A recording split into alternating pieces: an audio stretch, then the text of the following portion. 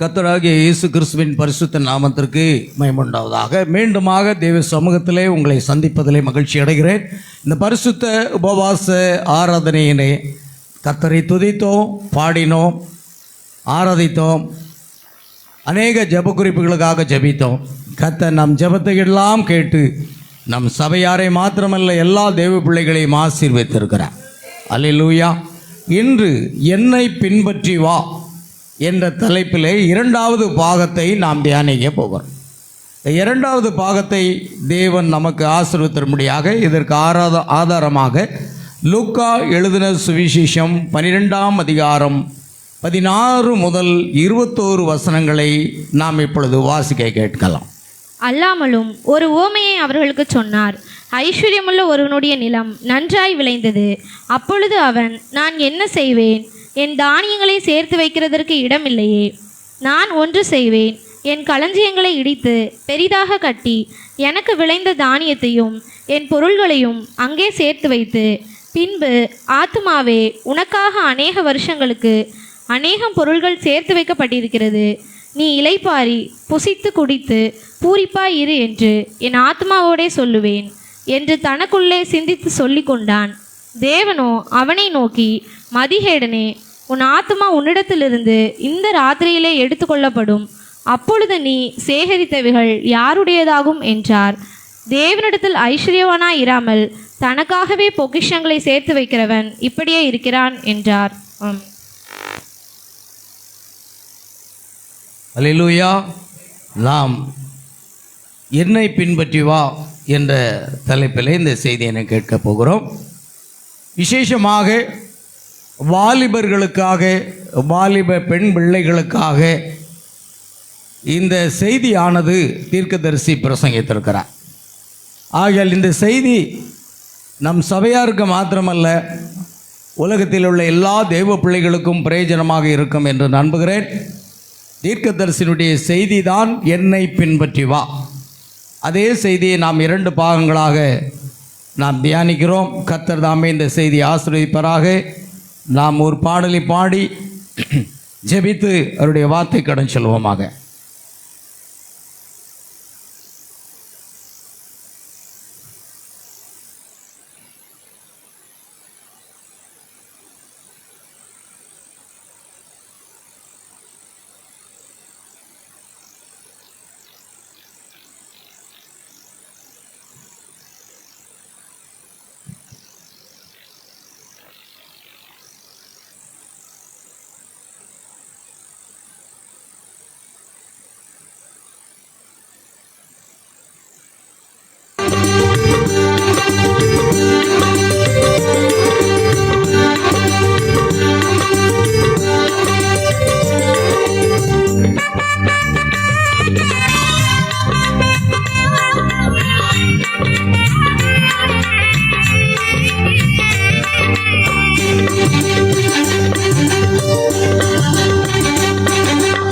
வாலிபனே கன்னிகையே மயங்கி விடாதே, உன் வாலிபத்தில் சிருஷ்டிகரை மறந்து விடாதே.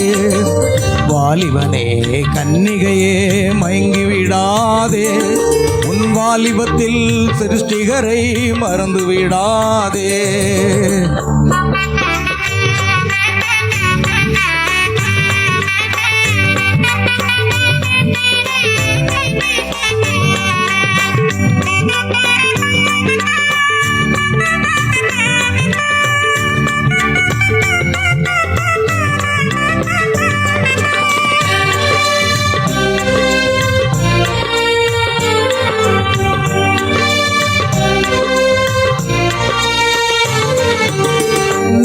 கால மக்கள் எல்லாம் புறக்கணித்தாரே, நோவ கால மக்கள் எல்லாம் புறக்கணித்தாரே.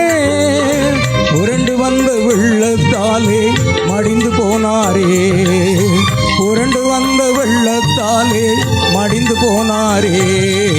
வாலிபனே கன்னிகையே மயங்கி விடாதே, உன் வாலிபத்தில் சிருஷ்டிகரை மறந்து விடாதே.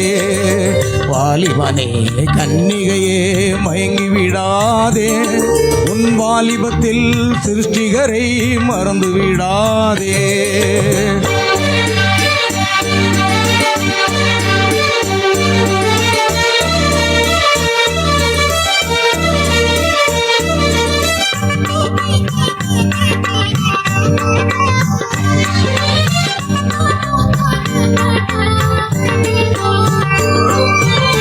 கடமைகளை மறந்துவிட்ட தாவீதை போல, கடமைகளை மறந்துவிட்ட தாவீதை போல, கணப்பொழுதில் பாவத்திலே விழுந்து விடாதே, கணப்பொழுதில் பாவத்திலே விழுந்து விடாதே.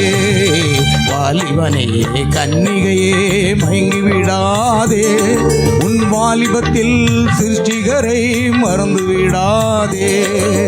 வாலிபனே கன்னிகையே மயங்கி விடாதே, உன் வாலிபத்தில் சிருஷ்டிகரை மறந்து விடாதே.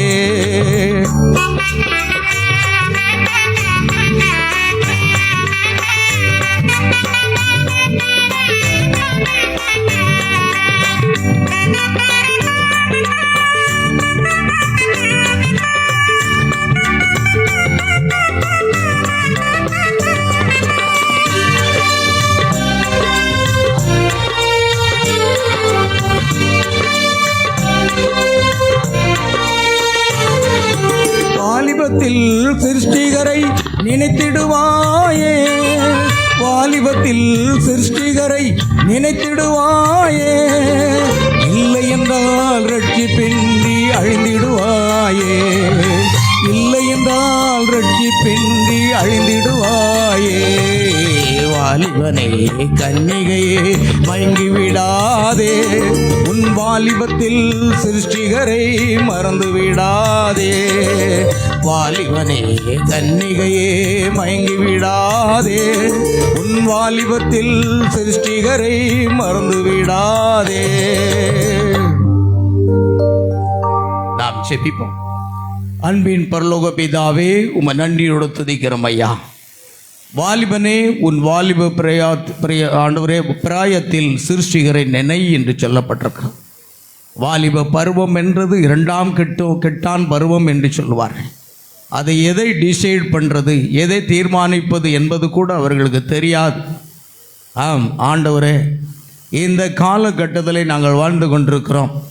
வாலிபர்களுக்காக தம்முடைய தீர்க்கதரிசி பிரணாம் மூலமாக தேவன் கொடுத்த அந்த செய்தியை தான் நாங்கள் இரண்டாவது பாகமாக தியானிக்க போகிறோம். வாசிக்கப்பட்ட வேத வசனங்களை கர்த்தர் தாமே ஆசீர்வதிப்பாராக. வாசித்த உம்முடைய மகளையும் ஆசீர்வதியும் கர்த்தாவே. இந்த தேவ செய்தியை உம்முடைய அபிஷேகத்தோடு பேசுவதற்கு அடியேனையும் உம்முடைய பரிசுத்த ஆவினால் அபிஷேகப்பட்ட வார்த்தைகளை அடியனுடைய நாவில் இருந்து புறப்பட செய்யும்படியாக செபிக்கின்றோம். ஆம் கர்த்தாவே, பரிசுத்த உபவாச நாளை நேமுங்கள், விசேஷித்த ஆசரிப்பை கூறுங்கள், ஜனத்தை கூட்டுங்கள், சபையை பரிசுத்தப்படுத்துங்கள் என்று சொல்லப்பட்டிருக்கிறது. பரிசுத்தம் உள்ளவன் இன்னும் பரிசுத்தமாகட்டும் என்ற வார்த்தையின்படி நான் பரிசுத்தர் ஆகையால் நீங்களும் பரிசுத்தமாய் இருங்கள் என்று சொன்ன உம்முடைய வார்த்தையின்படி ஆண்டவரே, இந்த சபையை நீர் பரிசுத்தப்படுத்த வேண்டுமா செபிக்கிறோம். மணவாட்டியை நீர் பரிசுத்தப்படுத்த வேண்டுமா செபிக்கிறோம். அப்பா, நாங்கள் பரிசுத்தத்தின் மேல் பரிசுத்தத்தை பெற்றுக்கொள்ளும்படி எங்களுக்கு உதவி செய்வீராக. ஒரு வயசை எங்களுடைய குறைகள், குற்றங்கள், மீறுதல்கள், முறுமுறுப்புகள், மரவான பாவங்கள் சகலத்தையும் மன்னித்து எங்களை பரிசுத்தப்படுத்துங்கப்பா. ஸ்தோத்திரம் ஆண்டவரே. கர்த்தாவே, உம்முடைய வார்த்தையை கேட்க போகிற ஒவ்வொரு பிள்ளைகளையும் நீர் பரிசுத்த ஆவியினால் அபிஷேகத்தருளும். எங்கள் மத்தியில் எந்த கணநித்திரையின் ஆவிகளும் கிரியை செய்யாதபடி இயேசு கிறிஸ்துவுடைய நாமத்திலே அவைகளை நாங்கள் கடிந்து கொண்டு அப்புறப்படுத்துகிறோம். ஆம் கர்த்தாவே, ஒவ்வொருவரையும் பரிசுத்த ஆவியானவர் இருதயங்களிலும் செவிகளிலும் விருத்த சேதனம் செய்து அவர்களை ஆசீர்வதிக்க வேண்டுமா செபிக்கிறையா. இந்த செய்தியை ஆசீர்வதித்தாரும். இது சபையாருக்கு மாத்திரமல்ல, இந்த செய்தியை யூடியூப் மூலமாக முகநூல் வழியாக கேட்க போகிற ஒவ்வொரு சகோதர சகோதரிகள் தேவ பிள்ளைகளுக்கும் ஆசீர்வாதமாக இருக்க கிருபை செய்ய வேண்டுமா செபிக்கிறோம். நீரே பொறுப்படுத்திக் கொள்ளும். கர்த்தருக்கென்று உம்முடைய பிள்ளைகள் செலுத்தின காணிக்கைகள் தசபாகங்கள் எல்லாவற்றையும் வானத்தின் பலகணிகளை திறந்து இடங்களாமல் போகப்பட்ட ஆசீர்வாதங்களை கட்டளையிடுவீராக. சகல துதி கன மகிமை யாவற்றுமுக செலுத்துகிறோம் கர்த்தராகிய இயேசு கிறிஸ்துவின் நாமத்தில் கேட்கிறோம் பிதாவே, ஆமென். நாம் உட்காருவோம் அவருடைய வார்த்தைக்காக.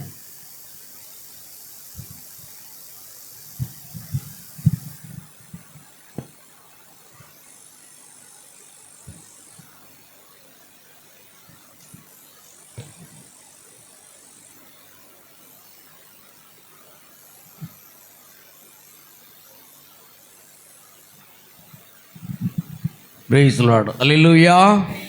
கர்த்தருக்கு மகிமை உண்டாகட்டும். என்னை பின்பற்றி வா, கம் ஃபாலோ மீ. 63வது ஆண்டு பிரசங்கித்த செய்தியிலிருந்து நாம் தியானிக்க போகிறோம். பாகம் 2. அதற்கு ஆதாரமாக லூக்கா 12ஆம் அதிகாரம் 16 முதல் 21 வசனங்களை நாம் வாசிக்க கேட்டோம். யாரை குறித்து சொல்லியிருக்கிறது?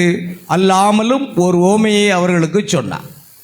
இயேசு கிறிஸ்து, என் வாயை ஓமைகளினால் திறப்பேன், பூர்வ காலம் முதல் உண்டான மறைபொருளை வெளிப்படுத்துவேன் என்று சொல்லி அநேக ஓமைகளாகவே அவர் பேசினாராம்.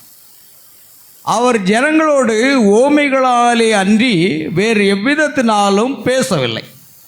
ஆமென். ஜனங்களோடு இயேசு எப்படி பேசினார்? ஓமைகளாகவே பேசினார். ஆனால் பரலோக ராஜ்யத்தின் ரகசியங்களை அறியும்படிக்கு உங்களுக்கு அருளப்பட்டிருக்கிறது, அவர்களுக்கு அருளப்படவில்லை. ஆமென். ஆகையால் மணவாட்டியே, பரலோக ராஜ்யத்தின் ரகசியங்களை அறியும்படிக்கு உங்களுக்கு அருளப்பட்டிருக்கிறபடினால் நீங்கள் கர்த்தருக்கு நன்றி உள்ளவர்களாக நாம் இருக்க வேண்டும். அல்லேலூயா. ஆகையால் இந்த செய்தியை நாம் பார்க்கிறோம் பிரியமானவர்களே. ஒரு பணக்காரனை குறித்து நாம் கடந்த வாரம் பார்த்தோம். யாரை பார்த்தோம்? ஒரு வாலிப பணக்காரனை குறித்து பார்த்தோம். அவன் சிறுவயது முதல் 10 கட்டளைகளுக்கும் கீழ்ப்படிந்து பரிசுத்தமாக வாழ்ந்தான். அவர்கள் பெற்றோர்களும் நல்ல அருமையாக வளர்த்திருந்தார்கள். அல்லேலூயா. பாருங்கள், எப்பொழுதுமே ஒரு காரியம், நீ என்னை மறந்தாய், நான் உன் பிள்ளைகளை மறந்தேன். இப்போ பெற்றோர்கள் எப்பொழுதுமே மாதிரியாக இருக்கணும். இயேசு நமக்கு மாதிரியாக இருந்தாராம். அவருடைய அடிச்சுவடுகளை பின்பற்றி வரும்படி இயேசு நமக்கு மாதிரியை பின்வைத்து போனார் என்று எழுதியிருக்கிறார். அவர் மாதிரியாக பின்வைத்து போனதை நாம் பின்பற்றுகிறோம். பரிசுத்த பவுல் அதை பின்பற்றினார்.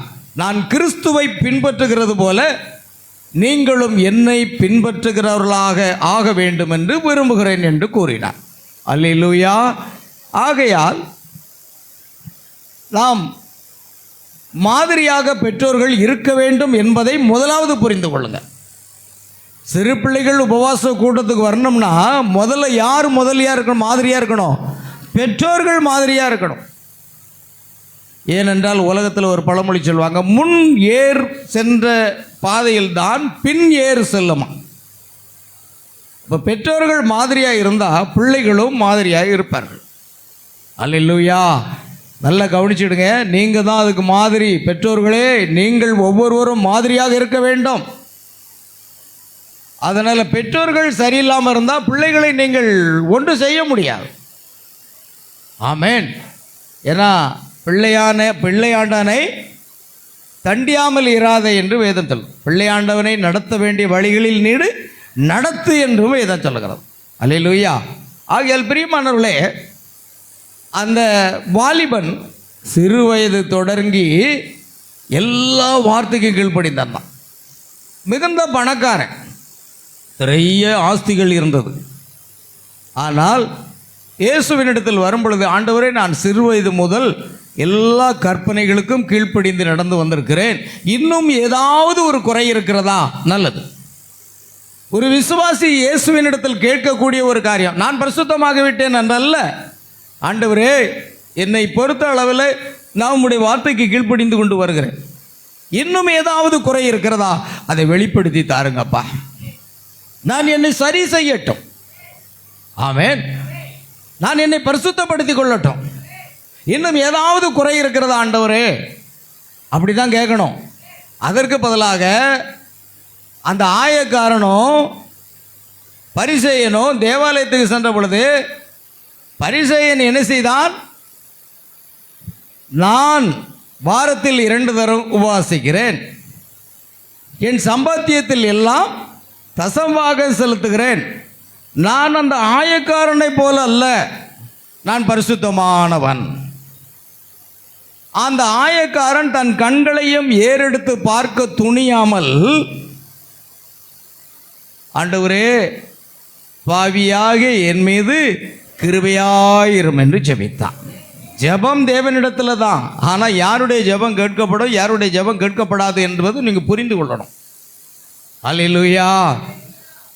ஆகையால் பிரியமானவர்களே, இயேசு சொன்னாரங்க, பரிசுத்தமாக வாழ்ந்து தசம்பாகத்தில் உண்மையாயிருந்த இவனல்ல நீதிமானாக்கப்பட்டான் என்று. அந்த ஆயக்காரனை நீதிமானாக்கப்பட்டான். ஒருவேளை ஆயக்காரன் உபவாசித்து ஜெபிக்கவில்லை என்று கூட நீங்கள் எடுத்துக்கொள்ளலாம், அல்லது தசமபாகம் செலுத்தவில்லை என்று கூட எடுத்துக்கொள்ளலாம். ஆனால் தேவனுடைய வார்த்தை சொல்லுகிறது, பலியை கீழ்ப்படிதல் உத்தமமான். ஆட்டுக்கடாக்கனின் நிலத்தை பார்க்கிலும் கீழ்ப்படுகிறது தான் முக்கியம். அதனால் அவன் தன்னை தாழ்த்துகிறான். இயேசு சொன்னார், தன்னைத்தான் தாழ்த்துகிறவன் எவனும் உயர்த்தப்படுவான். அல்லேலூயா. கர்த்தருக்கு ஸ்தோத்திரம் உண்டாகட்டும். ஆகையால் பிரியமானவர்களே, அந்த ஆயக்காரன் தன்னை தாழ்த்தினான். அதுபோல நம்முடைய ஜெபம் எப்படி இருக்க வேண்டும்? தாழ்மையாக இருக்க வேண்டும். நான் பாத்திரன் அல்ல. ஆமென். அந்த 100க்கு அதிபதியை பாருங்கள். என்னுடைய வேலைக்காரன் சுகவீனமாக இருக்கிறான் என்று இயேசுவினிடத்தில் சொன்ன பொழுது இயேசு சொன்னார், நான் வந்து அவனை சுகமாக்குவேன் என்று. அதற்கு 100க்கு அதிபதி என்ன சொன்னார் தெரியுமா? நான் ஒரு வேலைக்காரனை வா என்றால் வருகிறான், போ என்றால் போகிறான். ஆமென். ஆனால் நீர் என்னுடைய வீட்டிற்கு வருவதற்கு நான் பாத்திரன் அல்ல. இயேசு பார்த்தார், நீர் ஒரு வார்த்தை மட்டும் சொல்லோ, என் வேலைக்காரன் சுகமாவான். அவ்வளோதான். பெரிய ஜெபம்லாம் பண்ணலை. நீங்கள் அநேகர் சரிங்க பெரிய ஜெபம் பண்ணால் தான் ஆண்டவர் கேட்பார் நினைக்கிறீங்க. இல்லைங்க, பாவியாக என் மேல் கிருபையாயிரோ, சிறிய வார்த்தை. ஆமென். அதுதான், என் வீட்டுக்கு வருவதற்கு நான் பாத்திரம் அல்ல, ஒரு வார்த்தை மாத்திரம் சொல்லோ, என் வேலைக்காரன் சுகமாவான். அல்லேலூயா. இயேசு சொன்னார், நீ போ, உன் வேலைக்காரன் சுகமாக இருக்கிறான். விசுவாசத்தோட புறப்பட்டு போனான். அவனை எதிர்கொண்டு அவனுடைய வேலைக்காரர்கள் வந்தார்கள். ஐயா, உம்முடைய வேலைக்காரன் சுகமாகிவிட்டான். எப்பொழுது அவன் சுகமானான் என்று விசாரித்த பொழுது இயேசு சொன்ன அதே நிமிஷத்தில், அதே நிமிடத்தில் அவன் சுகமானான். அல்லேலூயா. ஒளியானது மிகவும் வேகமாக சொல்லக்கூடியது என்று விஞ்ஞானிகள் கண்டுபிடித்திருக்கிறார்கள். ஆமென். அதைவிட வேகமாக செல்வது தேவனுடைய வல்லமை. இந்த உலகத்தின் எந்த பகுதியில் இருந்தாலும் சரி, நீங்கள் இங்கு மொபைல் மூலமாக ஜெபித்தாலே போதும், அதே செகண்டில் அவர்கள் சுகமாகி விடுவார்கள். ஆமென். அதுதான் தேவனுடைய வல்லமை. தேவன் வல்லமை நாம் அடைத்து வைக்க முடியவே முடியாது. நாம் அதை விசுவாசிக்க வேண்டும். அல்லேலூயா. அருமையான தேவனுடைய பிள்ளைகளை கவனிக்க. ஆகையால் இந்த ஐஸ்வர்யவான் திரளான ஆஸ்தி இயேசுவின் இடத்தில் வந்தான். அவன் என்னிடத்தில் ஏதாவது குறை இருக்கிறதா என்று கேட்டான். அதுதான் நாம் கூட ஆண்டவர் சமூகத்தில் முதல்ல கேட்கணும். ஆண்டவரே, நான் எங்கெல்லாம் குறையாக இருக்கிற ஆண்டவரே எனக்கு உணர்த்துங்கப்பா. எனக்கு ஜெப குறைவு இருக்கிறது ஆண்டவரே. நாம் உபவாச ஆராதனைக்கு வர்றதே இல்லை ஆண்டவரே. இது குறையா இல்லையா? தீர்க்கதரிசி ஒரு செய்தியை சொல்கிறாரு. என்ன சொல்கிறார் தெரியுமா? நீங்கள் ஞாயிற்றுக்கிழமை வரைக்கும் ஒரு வேலையை செய்வதற்கென்று அதை நியமித்து ஆராதனை விட்டு நீங்கள் அந்த வேலையை செய்ய போவீர்களானால் அது பாவம் என்பது என்னுடைய கருத்துன்னு சொல்றார். எதுங்க பாவம்னே சொல்றாரு. நீங்க நினைக்கிற கொலை செஞ்சாதான் பாவம், களவாண்டாதான் பாவம், அதுதான் பாவம் நினைக்கிறேன்னோ. அல்லேலூயா. ஞாயிற்றுக்கிழமை அன்று ஒரு வேலையை செய்வதற்கு சொந்தக்காரனுக்கு உடம்பு சரியில்லை, நான் அன்னைக்கு தான் போய் பார்க்க போனோம், அன்னைக்கு தான் எனக்கு லீவு. அல்லேலூயா. அல்லது ஏதாவது ஒரு வேலை செய்வதற்கு நாம் போகத்தான் வேண்டும் என்று ஆராதனையின் அந்த நாளை உதாசீனப்படுத்தி அந்த நாளுக்கு ஒரு வேலையை நீங்கள் ஒழுங்குபடுத்தி வைத்துக்கொண்டு ஆராதனையை நீங்கள் விடுவீர்களானால் அது பாவம்னு சொல்றார் தீர்க்கதரிசி. நான் சொல்லலை, தீர்க்கதரிசி சொல்றார். என்னது பிரியமானவர்களே, நீங்கள் பாவங்கிறது என்ன நினைக்கிறீங்க? நான் எங்கேயும் திருடலையே, நான் பொய் சொல்லலையே அப்படின்னு நினைக்கிறீங்க. அதுதான் பாவம் நினைக்கிறீங்களா? இல்லை, தேவனுடைய வார்த்தையை உதாசீனப்படுத்துவது தான் பாவம். அல்லேலூயா. அக்கிரமம் என்றால் என்ன என்ற வார்த்தைக்கு தீர்க்கதரிசி விளக்கம் கொடுக்கிறார். கிரமமாக செய்யக்கூடியது அல்லது ஒழுங்காக செய்யக்கூடிய ஒரு காரியத்தை தவறான வழியில் செய்வீர்களானால் அதுக்கு தான் பேர் என்னது? அக்கிரமம். கிரமம் எதிர்ப்பதம் அக்கிரமம். அதை தான் சொல்கிறார். அதுதான் நீங்கள் ஆராதனைக்கு உபவாச நாளுக்கு ஆராதனைக்கு வரலனாலே நீங்கள் பாவம் செய்றீங்க. தேவனை ஆராதிக்கிற அந்த வாரத்தின் முதலாம் நாளில் ஆராதனைக்கு வராமல் அதுக்கு ஒரு வேலையை நீங்கள் ஏற்படுத்தி வச்சிங்கன்னா நீங்கள் செய்கிறது என்னது? பாவம். தீர்க்கதரிசி எக்ஸாக்ட்லி அதை சொல்கிறார். நானே பயந்துட்டேன். ஓ, அப்போ ஞாயிற்றுக்கிழமைக்கென்று ஒரு நாளை நியமித்தாலோ அல்லது ஆராதனை நாளைக்கென்று இன்னைக்கு உபவாச கூட்டமா எனக்கு வர்றதுக்கு வாய்ப்பு இல்லைங்க, ஞாயிற்றுக்கிழமையா வர்றதுக்கு வாய்ப்பு இல்லை, இது சொந்தக்காரனுக்கு உடம்பு சரியில்லை, நான் போய் பார்த்து தான் ஆகணும். ஆனால் தீர்க்கதரிசி சொல்கிறாரு, பைபிள் சொல்லுது, இயேசு சொல்லுகிறார், ஒரு மனிதனுடைய ஆடோ அல்லது ஏதாவது ஓய்வு நாளில் குழியில் விழுந்து விட்டால் என்ன செய்யலாம்? நீ அதை தூக்கி விடுவது முக்கியம் அப்படிங்கிறார். அப்போ அது சண்டே நீங்கள் ஆராதனைக்கு பரப்புறீங்க. நம்ம மேயர் சகோதரி ஞாயிற்றுக்கிழமை ஆராதனைக்கு பரப்புற அந்த சமயத்தில் தான் திடீர்னு ஹார்ட் அட்டாக் வந்துடுச்சு. உடனே நீங்கள் கொண்டு போய் அதை ஆஸ்பத்திரியில் சேர்க்க வேண்டிய சூழ்நிலையில் ஆராதனைக்கு வர முடியலை அப்படின்னா அது பாவம் அல்ல. ஆமே. அதாவது எதேச்சையாக ஒரு சம்பவம் நடக்கிறது, அன்றைக்கு ஆராதனைக்கு வர முடியலன்னா அது பாவம் கிடையாது. ஆனால் நீங்கள் அந்த நாளுக்காக அந்த காரியத்தை வைத்திருந்து ஆராதனை உதாசீனப்படுத்தி நீங்கள் செல்வீர்களானால் அது பாவம் என்று தீர்க்கதரிசி தெளிவாக சொல்கிறார். அப்போ நம்ம சபையில் இன்னும் அநேகர் ஆராதனையெல்லாம் விட்டுட்டு என்ன பண்ணிட்டு இருக்காங்க?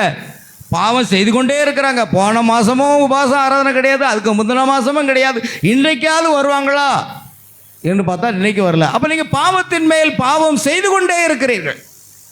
புரிகிறதா தேவ பிள்ளைகளை? அது பாவம் தான் தீர்க்கதரிசி சொல்கிறார். அப்போ நாம் அன்றைக்கி செய்தியை, தீர்க்கதரிசி செய்தியை நம்ம விசுவாசிக்கிறோம். அல்லேலூயா. ஆகையால் அந்த பாவத்துக்கு நாம் உடன்பட்டு விடக்கூடாது. தேவனுக்குரியதை தேவனுக்கும், ராயனுக்குரியதை ராயனுக்கும் செலுத்தணும். இது கர்த்தர் உண்டு பண்ணின நாள், இதில் மகிழ்ந்து களியுற கடவோம் என்று வேதம் சொல்லுது. அது தேவனுக்குரிய நாள். ஆமென். ஆகையால் தேவனுக்குரியதை என்ன செய்யணும்? தேவனுக்கு செலுத்தணும். ராயனுக்குரியதை ராயனுக்கு செலுத்தணும். இது இயேசு சொல்லுகிற வார்த்தை. சரி, இப்பொழுது நாம் கவனிப்போம். ஆகையால் இன்னும் ஏதாவது குறை இருக்கிறதா என்று கேட்ட பொழுது இயேசு தெளிவாக சொன்னார், உன்னுடைய ஆஸ்திகளெல்லாம் விற்று ஏழைகளுக்கு தரித்திரர்களுக்கு கொடு என்றான். அவனுக்கு அது மனம் இல்லை, துக்கம் முகமடைந்து அவரை விட்டு போய்விட்டான். அவனுக்கு என்ன ஆசை இருந்தது தெரியுமா? நித்திய ஜீவனை பெற வேண்டும் என்ற ஆசை இருந்தது. ஆனால் அந்த ஆசை நிராசையாக போய்விட்டது. ஆமென். உங்களுக்கு பரலோகத்துக்கு போகணும்னு ஆசை இருக்கலாம், ஆனால் நீங்கள் தேவனுடைய வார்த்தையின்படி நாம் ஜீவிக்கல. ஒரு ஆராதனையை உதாசீனப்படுத்தினா கூட நாம் அதை இழக்க நேரிடும். நீங்கள் ஆராதனை உதாசீனப்படுத்துறது, யாரை உதாசீனப்படுத்துறதுக்கு அர்த்தம்? தேவனை, இயேசு கிறிஸ்துவை நாம் உதாசீனப்படுத்துகிறோம். ஏனென்றால் தேவனுடைய வார்த்தை மிக தெளிவாக சொல்லுகிறார். அல்லேலூயா. கர்த்தருக்கு மகிமை. நல்ல கவனிங்க, சாதாரணமாக அதை எடுத்துக்கிறாதீங்க. அது பாவம்னு தீர்க்கதரிசி சொல்கிறாரு. இன்னைக்கு உபவாச கூட்டத்துக்கு வராதுங்க அத்தனை பேருமே பாவம் செய்துட்டாங்க. அல்லேலூயா. பிரியமான தேவனுடைய பிள்ளைகள், அதுதான் முக்கியம். ஏன்னா பரிசுத்த உபவாசம் நாளை நியமிங்கள் என்று சொல்ல வார்த்தையின்படி தான் நாம் நியமித்திருக்கிறோம். ஆமென். வேறவர்கள் இந்த வார்த்தையை கேட்டால் அவங்களுக்கு புரியும், நீங்கள் என்ன தவறு பண்ணுறீங்க, என்ன பாவம் பண்ணுறீங்கன்னு. அல்லேலூயா. ஆனால் அவன் ஐஸ்வர்யம், அந்த வாலிபன் பணக்காரனாக இருந்ததுனால அவனால் இதற்கு மேலே அதெல்லாம் விட்டு விட்டு நான் உம்மை பின்பற்றி வர முடியாது, எனக்கு நித்திய ஜீவன் தேவை. அதை பெற்றுக்கொள்ளலாம் என்று எல்லா கட்டளைகளுக்கும் நான் கீழ்ப்படிந்து வந்தேன். ஆனால் இந்த ஆஸ்திகளை விற்க சொல்லுகிறீர்களே, இது கடினமான காரியம். அன்று இயேசுவை பின்பற்றின அநேகர் இருந்தார்கள். இயேசு ஒரு நாள் சொன்னார், நீங்கள் மனுஷகுமாரனுடைய மாம்சத்தை புசித்து அவருடைய இரத்தத்தை பானம் பண்ணவில்லை என்றால் உங்களுக்கு என்ன கிடையாது? நித்திய ஜீவன் கிடையாது. அவரை பின்பற்றி வந்த அநேக சீசர்கள், அவிசுவாசிகள் அல்ல, சீசர்கள், விசுவாசிகள். இந்த வார்த்தையை சொன்ன உடனே இது கடினமான உபதேசம், யார் இதற்கு செவி கொடுப்பார்கள் என்று அது முதல் அவருடைய சீசர்கள் அநேகர் அவரை விட்டு பின்வாங்கி போனார்கள். யோவான் 6ஆம் அதிகாரம் 66வது வசனம் குறித்துக் கொள்ளுங்கள். அது முதல் அவருடைய சீசர்கள் அவருடனே கூட நடவாமல் அவரை விட்டு பின்வாங்கி போனார்கள். பாருங்கள், இவர்கள் நித்திய ஜீவனை பெறுவதற்கு இயேசுவினிடத்தில் வந்தாலும் என் மாம்சத்தை புசித்து என் இரத்தத்தை பானம் பண்ணுகிறவர்களுக்கு தான் என்ன உண்டு? நித்திய ஜீவன் உண்டு. அந்த நித்திய ஜீவனை அவர்கள் பெற முடியாமல் போனது போல இந்த வாலிபனும் பெற முடியாமல் போது, நீங்கள் ஆராதனைகளை உதாசீனப்படுத்தும் போது ஒருவேளை நித்திய ஜீவனை நீங்கள் இழக்க நேரலாம். கர்த்தர் எச்சரிக்கிறார். ஹல்லேலூயா. அது வார்த்தையாக இருக்கிறது. பிரியமானவர்களே, ஒரு ஊழியக்காரனுடைய வேலை வார்த்தையை பிரசங்கிப்பது தான். ரட்சிக்கிறது யார் தெரியுமா? அது கர்த்தர். ரட்சிப்பு கர்த்தருடையது. மனுஷனால இது கூடாது, ஆனா தேவனால எல்லாம் கூடும். ஒரு ஆத்மாவை ரட்சிக்கிறவர் கர்த்தர். ஹல்லேலூயா. கர்த்தருக்கு மகிமை உண்டாகட்டும். நாம் இப்பொழுது பார்ப்போம். பிரியமானவர்களே, பாருங்க, இன்னொரு பணக்காரனை பார்க்கிறோம். ஒரு பணக்காரன் இழந்துட்டான். ஆமென். இன்னொரு பணக்காரனை பார்க்கிறோம். அவனுடைய நிலம் நன்றாக விளைந்தது. அந்த பணக்காரனுடைய நிலம் நன்றாக விளைந்தது. அப்பொழுது அவன், நான் என்ன செய்வேன்? என் தானியங்களை சேர்த்து வைக்கிறதுக்கு இடமில்லையே, நான் ஒன்று செய்வேன், என் களஞ்சியங்களை இடித்து பெரிதாக கட்டி எனக்கு விளைந்த தானியத்தையும் என் பொருட்களையும் அங்கே சேர்த்து வைத்து. தேவனுடைய வார்த்தை என்ன சொல்கிறது?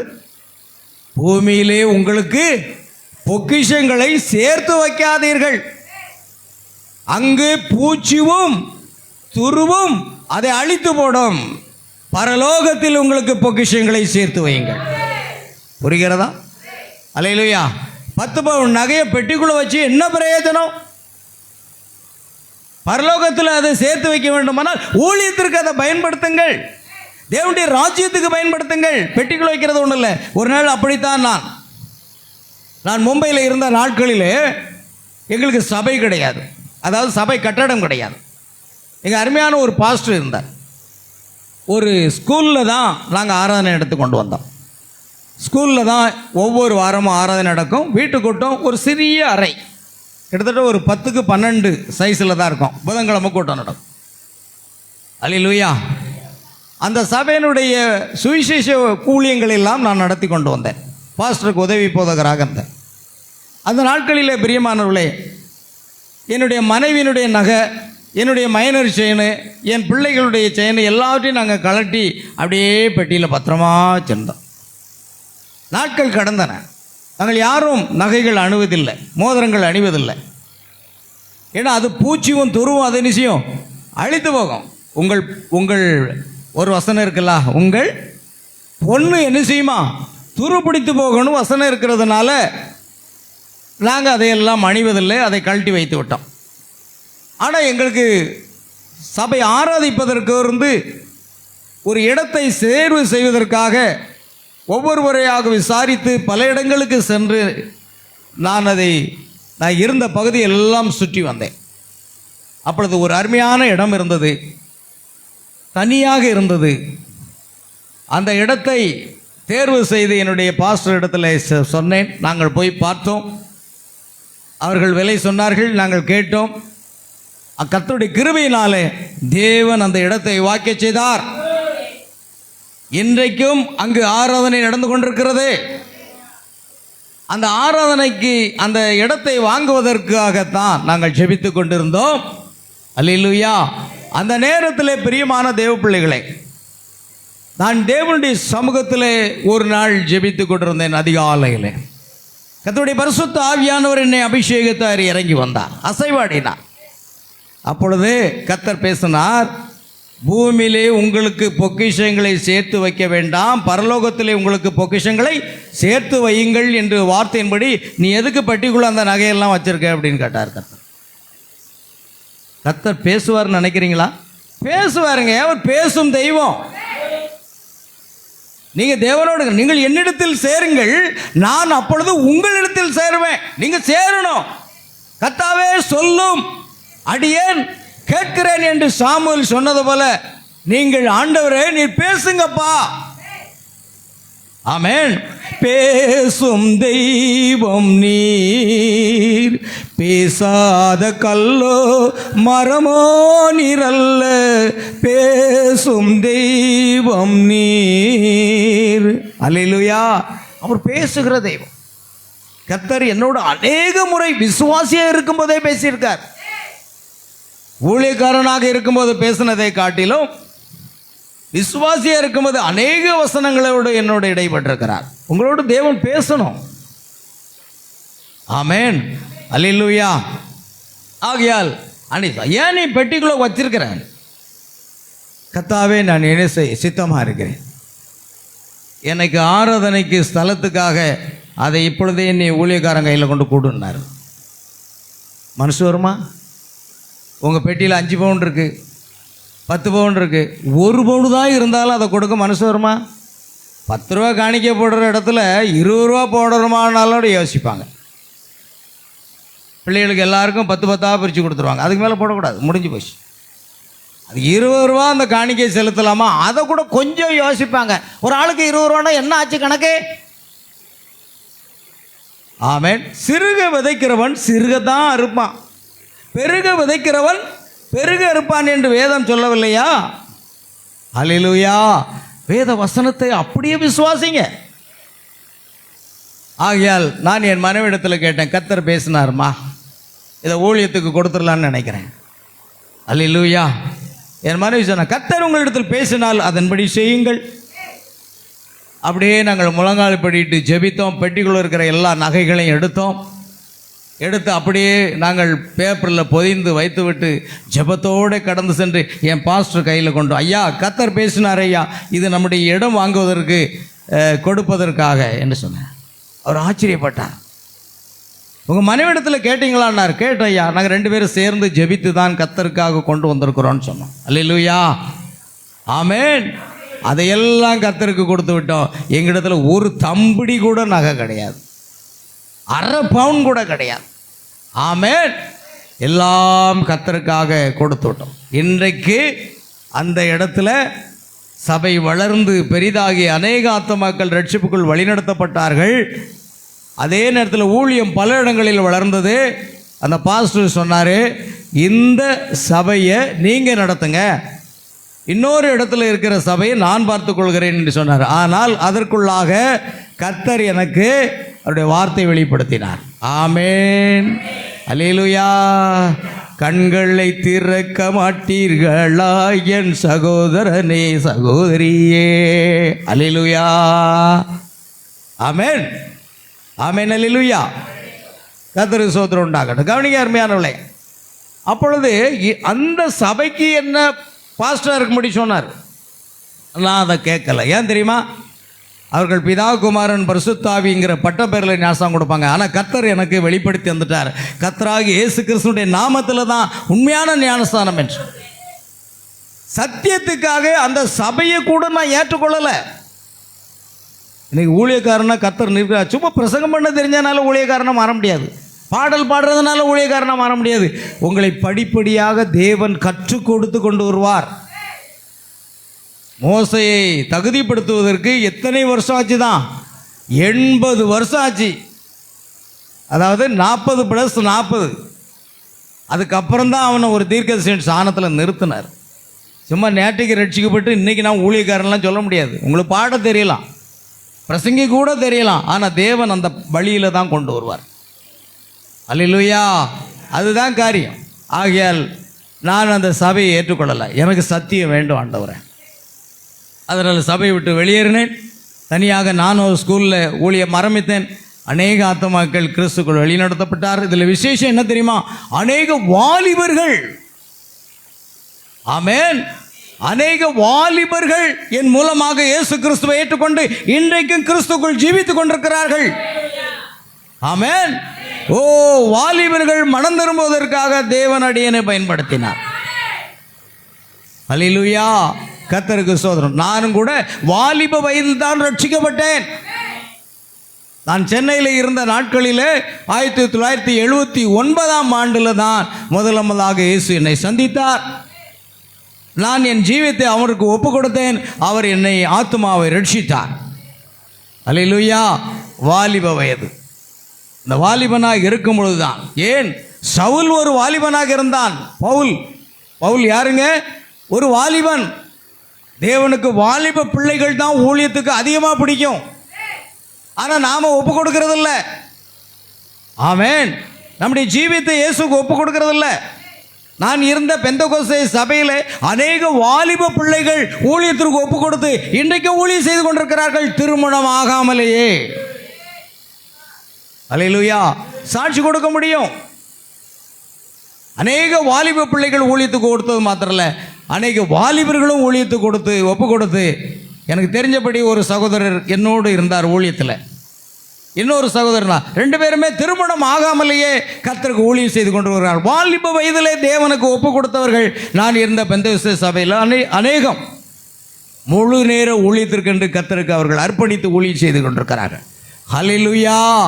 பிரியமானவர்களே, நான் ஏன் இதை கூறுகிறேன் என்றால், கர்த்தர் பேசுனா நீங்கள் அப்படியே கீழ்ப்படினோம். ஆபிரகாமே, உன்னுடைய ஒரே மகனாகிய ஏக சுதனாகிய ஆபிரகாமை நான் காண்பிக்கும் தேசத்தில் கொண்டு என்ன செய், அந்த மலையில் கொண்டு என்ன செய், பலியிடுன்னா நீ அப்படியே செய்ய. யாரு கேள்வி ஆண்டவர்கிட்ட கேட்காத, அவர் சொன்னார்னா அப்படியே செய். தேவன் அவனை மரித்தோரில் இருந்து உயிரோடு எழுப்புகிற தேவனாக இருக்கிறார். ஹல்லேலூயா. அப்படியே நாம் ஒப்பு கொடுக்க வேண்டும். அதுதான் இன்றைக்கு வார்த்தைக்கு அப்படியே கீழ்ப்படிங்க. இந்த ஊர்க மாதிரி இயேசுவை தொட்டுக்கிடாதீங்க. அல்லேலூயா. ஏதோ என்றைக்காவது ஒரு நாள் தலையை காட்டிட்டு போகுது, நான் உயிரோடு தான் இருக்கேன், சாகலை அப்படின்னு காட்டுறதுக்கு சபைக்கு வருவாங்க. எதுக்காக அப்படின்னா, திடீர்னு ஒரு நாள் செத்து போனால் என்ன அடக்கம் பண்ணிடுங்க, அதனால் நான் இன்னும் உயிரோடு தான் இருக்கிறேன் என்பதை ஒரு மாதத்துக்கு ஒரு தடவை இல்லை ஏதாவது ஒரு தடவை அப்படியே கொண்டு தலை காட்டுவார். சரி பிரதர் சாகலையோ, உயிரோடு தான் இருக்காரோ சொல்கிறேன்னு வருத்தப்படாதீங்க. இன்னைக்கு அப்படித்தான் நிறைய பேர் ஜீவிக்கிறார்கள். அல்லேலூயா. அருமையான தேவனுடைய ஸ்தாபன ஜனங்களை காட்டிலும் நாம் பின்மாற்றமாக இருக்கிறோம். ஸ்தாபனத்தில் தான் விசுவாச ஊழியத்தை நான் கற்றுக்கொண்டேன், அநேக படிப்பினைகளை கற்றுக்கொண்டேன். கடைசி கால செய்தியில் ஊழியத்துக்கு வந்தாச்சுன்னா ஒரு சில ஊழியக்காரங்களும் ஒரு சில விசுவாசம், நீங்கள் ஏதாவது வேலை பார்த்துட்டு ஊழியம் செய்யுங்க, இயேசுவின் நாமத்தில் ஒருத்தரும் காணிக்க தர மாட்டான் அப்படிங்கிறான். எங்க இயேசுவின் நாமத்தில் தானே அப்போஸ்தலர் ஊழியம் செய்தாங்க. நீங்கள் வழிக்கு பையாவது, தடியாவது, சாமன் பையாவது, பணிய பையாவது, 2 அங்கிகளையாவது, 2 பாதரட்சைகளையாவது கொண்டு போக வேண்டாம். அவர்கள் ஊழியத்துக்கு போயிட்டு திரும்பி வராங்க. நான் உங்களை பணப்பை சாமான் பை இல்லாமல் அனுப்புனே, உங்களுக்கு ஏதாகிலும் குறை இருந்ததா? ஆண்டவரே, எங்களுக்கு ஒன்றும் குறைவில்லை. ஆமென். உம்மை நம்பி ஊழியம் செய்தேன், ஒன்றுக்கும் குறைவில்லை என் வாழ்விலே. உம்மை நம்பி ஊழியம் செய்தேன், ஒன்றுக்கும் குறைவில்லை என் வாழ்விலே. இயேசு என்னோடு இருக்க கவலை இல்லை. ஆமென். அவரை நம்பி ஊழியம் செய்யுங்க. அவர் போஷிக்க மாட்டாரா? நடத்த மாட்டாரா? தேவைகளை சந்திக்க மாட்டாரா? அல்லேலூயா. எனக்கெல்லா கவலையும் விசுவாசிகள் ஒழுங்காக ஆராதனைக்கு வரமாட்டுக்காங்களே, அதுதான் கவலை. எனக்கு வேறு என்ன கவலை இருக்குது? சொத்து சேர்க்கணும், சுகம் சேர்க்கணும், பணக்காரன் ஆக்கணும், எல்லாம் அதை வாங்கணும், இதை வாங்கணும், அது தேவையே இல்லை எனக்கு. உங்களுக்கு தேவை என்னது என்பதை உங்கள் பரமபதி அறிந்திருக்கிறார். அல்லேலூயா. அதை பற்றியே நான் கவலைப்படுறதே இல்லை. ஆனால் எனக்கு தேவை விசுவாசிகள் ஆராதனை விடுறாங்களே, உங்களை கவலைப்பட்டு தான் நான் சீக்கிரம் போய் சேர்ந்துருவேன். நம்ம விசுவாசிகளை பட்டு கவலைப்பட்டு சீக்கிரம் போய் சேர்ந்துருவேன். வேறு யாரை பற்றி நம்ம கவலைப்பட? நீங்கள் ஒழுங்காக ஆராதனைக்கு வர மாட்டேங்கிங்களா? வாச கூட்டத்தை விட்டுருதீங்களே. அல்லேலூயா. அதுதான் மனவேதனை. பிரியமான தேவ பிள்ளைகளே, நான் பரலோகத்துக்கு செல்வது மாத்திரமல்ல, நீங்களும் அங்கே வர வேண்டும். அல்லேலூயா. ஆகையால் பாருங்கள், பூமியில் உங்களுக்கு பொக்கிஷத்தை சேர்த்து வைக்காதீங்க, பரலோகத்தில் என்ன செய்யணும்? இப்போ நான் கர்த்தருக்கென்று கொடுத்த அந்த நகைகள் பொன் எல்லாமே எங்கு சேர்த்து வைக்கப்பட்டிருக்கிறது? பரலோகத்தில் சேர்த்து வைக்கப்பட்டிருக்கிறது. அதுதான். நீங்கள் பெட்டிக்குள்ள வச்சு என்ன பிரயோஜனம்? ஆமென். கர்த்தருக்கு ஒப்பு கொடுங்கள். கர்த்தருக்கு அநேக ஊழிய தேவைகள் இருக்கிறது. அல்லேலூயா. அது நான் செய்தது போல நீங்கள் செய்யணும் இல்லை. கர்த்தர் உங்களோடு பேசும்போது அதை செய்யுங்க. உணர்ச்சி வசப்படாதீங்க. அல்லேலூயா. கர்த்தருக்கு மகிமை உண்டாகட்டும். கவனி. ஆகையால் நான் ஒன்று செய்வேன், என் களஞ்சியங்களை இடித்து பெரிதாக கட்டி எனக்கு விளைந்த தானியத்தையும் என் பொருட்களை அங்கே சேர்த்து வைத்து, பின்பு ஆத்மாவே உனக்காக அநேக வருஷங்களுக்கு அநேக பொருட்கள் சேர்த்து வைக்கப்பட்டிருக்கிறது, இளைப்பாரி புசித்து குடித்து உறுப்பாயிரு என்று என் ஆத்மாவோடு சொல்லுவேன். அந்த களஞ்சியத்தெல்லாம் நிரப்பி வச்சுட்டு என்ன பண்ணுறாராம்? ஆத்மாவே நீ என்ன செய்? புசித்து குடித்து பூரிப்பாக இளைப்பாரி கொண்டிரு என்று சொல்வான். தேவனுடைய வார்த்தை அவனை நோக்கி வருகிறது. மதிகேடனே, உன் ஆத்மா உன்னிடத்திலிருந்து இந்த ராத்திரியிலே எடுத்துக்கொள்ளப்படும். அப்பொழுது நீ சேகரித்தவைகள் யாருடையதாகும்? தேவனுடைய பார்வையில் அவன் யாருங்க? மதிகேடன். ஆமென். அல்லேலூயா. சங்கீதத்தில் ஒரு வசனம் இருக்கிறது. மதிகேடன் தேவனை அறியாது இருக்கிறான், தேவனை ஆராதிக்காமல் இருக்கிறான் என்று எழுதியிருக்கு. அல்லேலூயா. பாருங்கள், மதிகேடனே, உன் ஆத்மா உன்னிடத்திலிருந்து இந்த ராத்திரியில் எடுத்துக்கொள்ளப்படும். எவ்வளோ பெரிய பணக்காரனாக இருந்தாலும் சரிங்க, அவன் சொத்து சுகம் சேர்த்து வைக்கிறான்னா ஒரு நாள் அது அழிந்து போகும். ஆனால் ஆண்டவருக்காக நீங்கள் வாழ்வீர்களானால் எல்லாவற்றையும் நீங்கள் திரும்ப பெற்றுக்கொள்வீங்க. அல்லேலூயா. கர்த்தருக்கு ஸ்தோத்திரம். அடுத்ததாக, தேவனிடத்தில் ஐஸ்வர்யவானாய் இராமல் தனக்காகவே பொக்கிஷங்களை சேர்த்து வைக்கிறவன் இப்படியே இருக்கிறான். அவனை போல தான் அநேகர் இருக்கிறோம். பிரயாசம் ஞாயிற்றுக்கிழமை வந்தாலும் அங்கே ஓட்டி அடித்து பணம் சம்பாதிக்கணும். ஓ, நீ விநாயகர் சதுர்த்தியா, இன்னைக்கு ஓட்டி அடித்து பணம் சம்பாதிக்கணும். What is your mind? Are you true believer? நீ உண்மையான விசுவாசியா நான் கேட்குறேன். காணிக்க கொடுத்துருங்க, தசமாக கொடுத்துருங்க, அது எதுக்கு ஆண்டவருக்கு? உன் இருதயத்தை எனக்கு தா என்று இயேசு கேட்டார். அது அப்புறம் இருதயத்தை கொடுக்காம நான் என்னமோ காணிக்க கொண்டு கொடுத்துறேன், தசமாக கொடுத்துறேன். அல்லேலூயா. அது அந்த பரிசேயன மாதிரிலாம் நீங்கள் நடந்துக்கிறீங்க. ஆமென். அது செலுத்த வேண்டும். ஆனால் முதலாவது உன் இருதயத்தை தேவனுக்கு கொடு.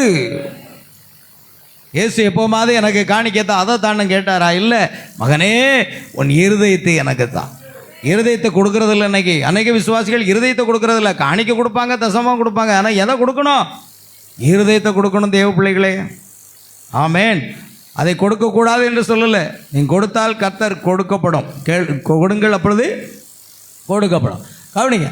ஆகையால் இப்பொழுது தீர்க்கதரிசி சொல்கிறார், வாலிப பிள்ளைகளே, நீங்கள் எல்லாரும் அருமையான பிள்ளைகள்.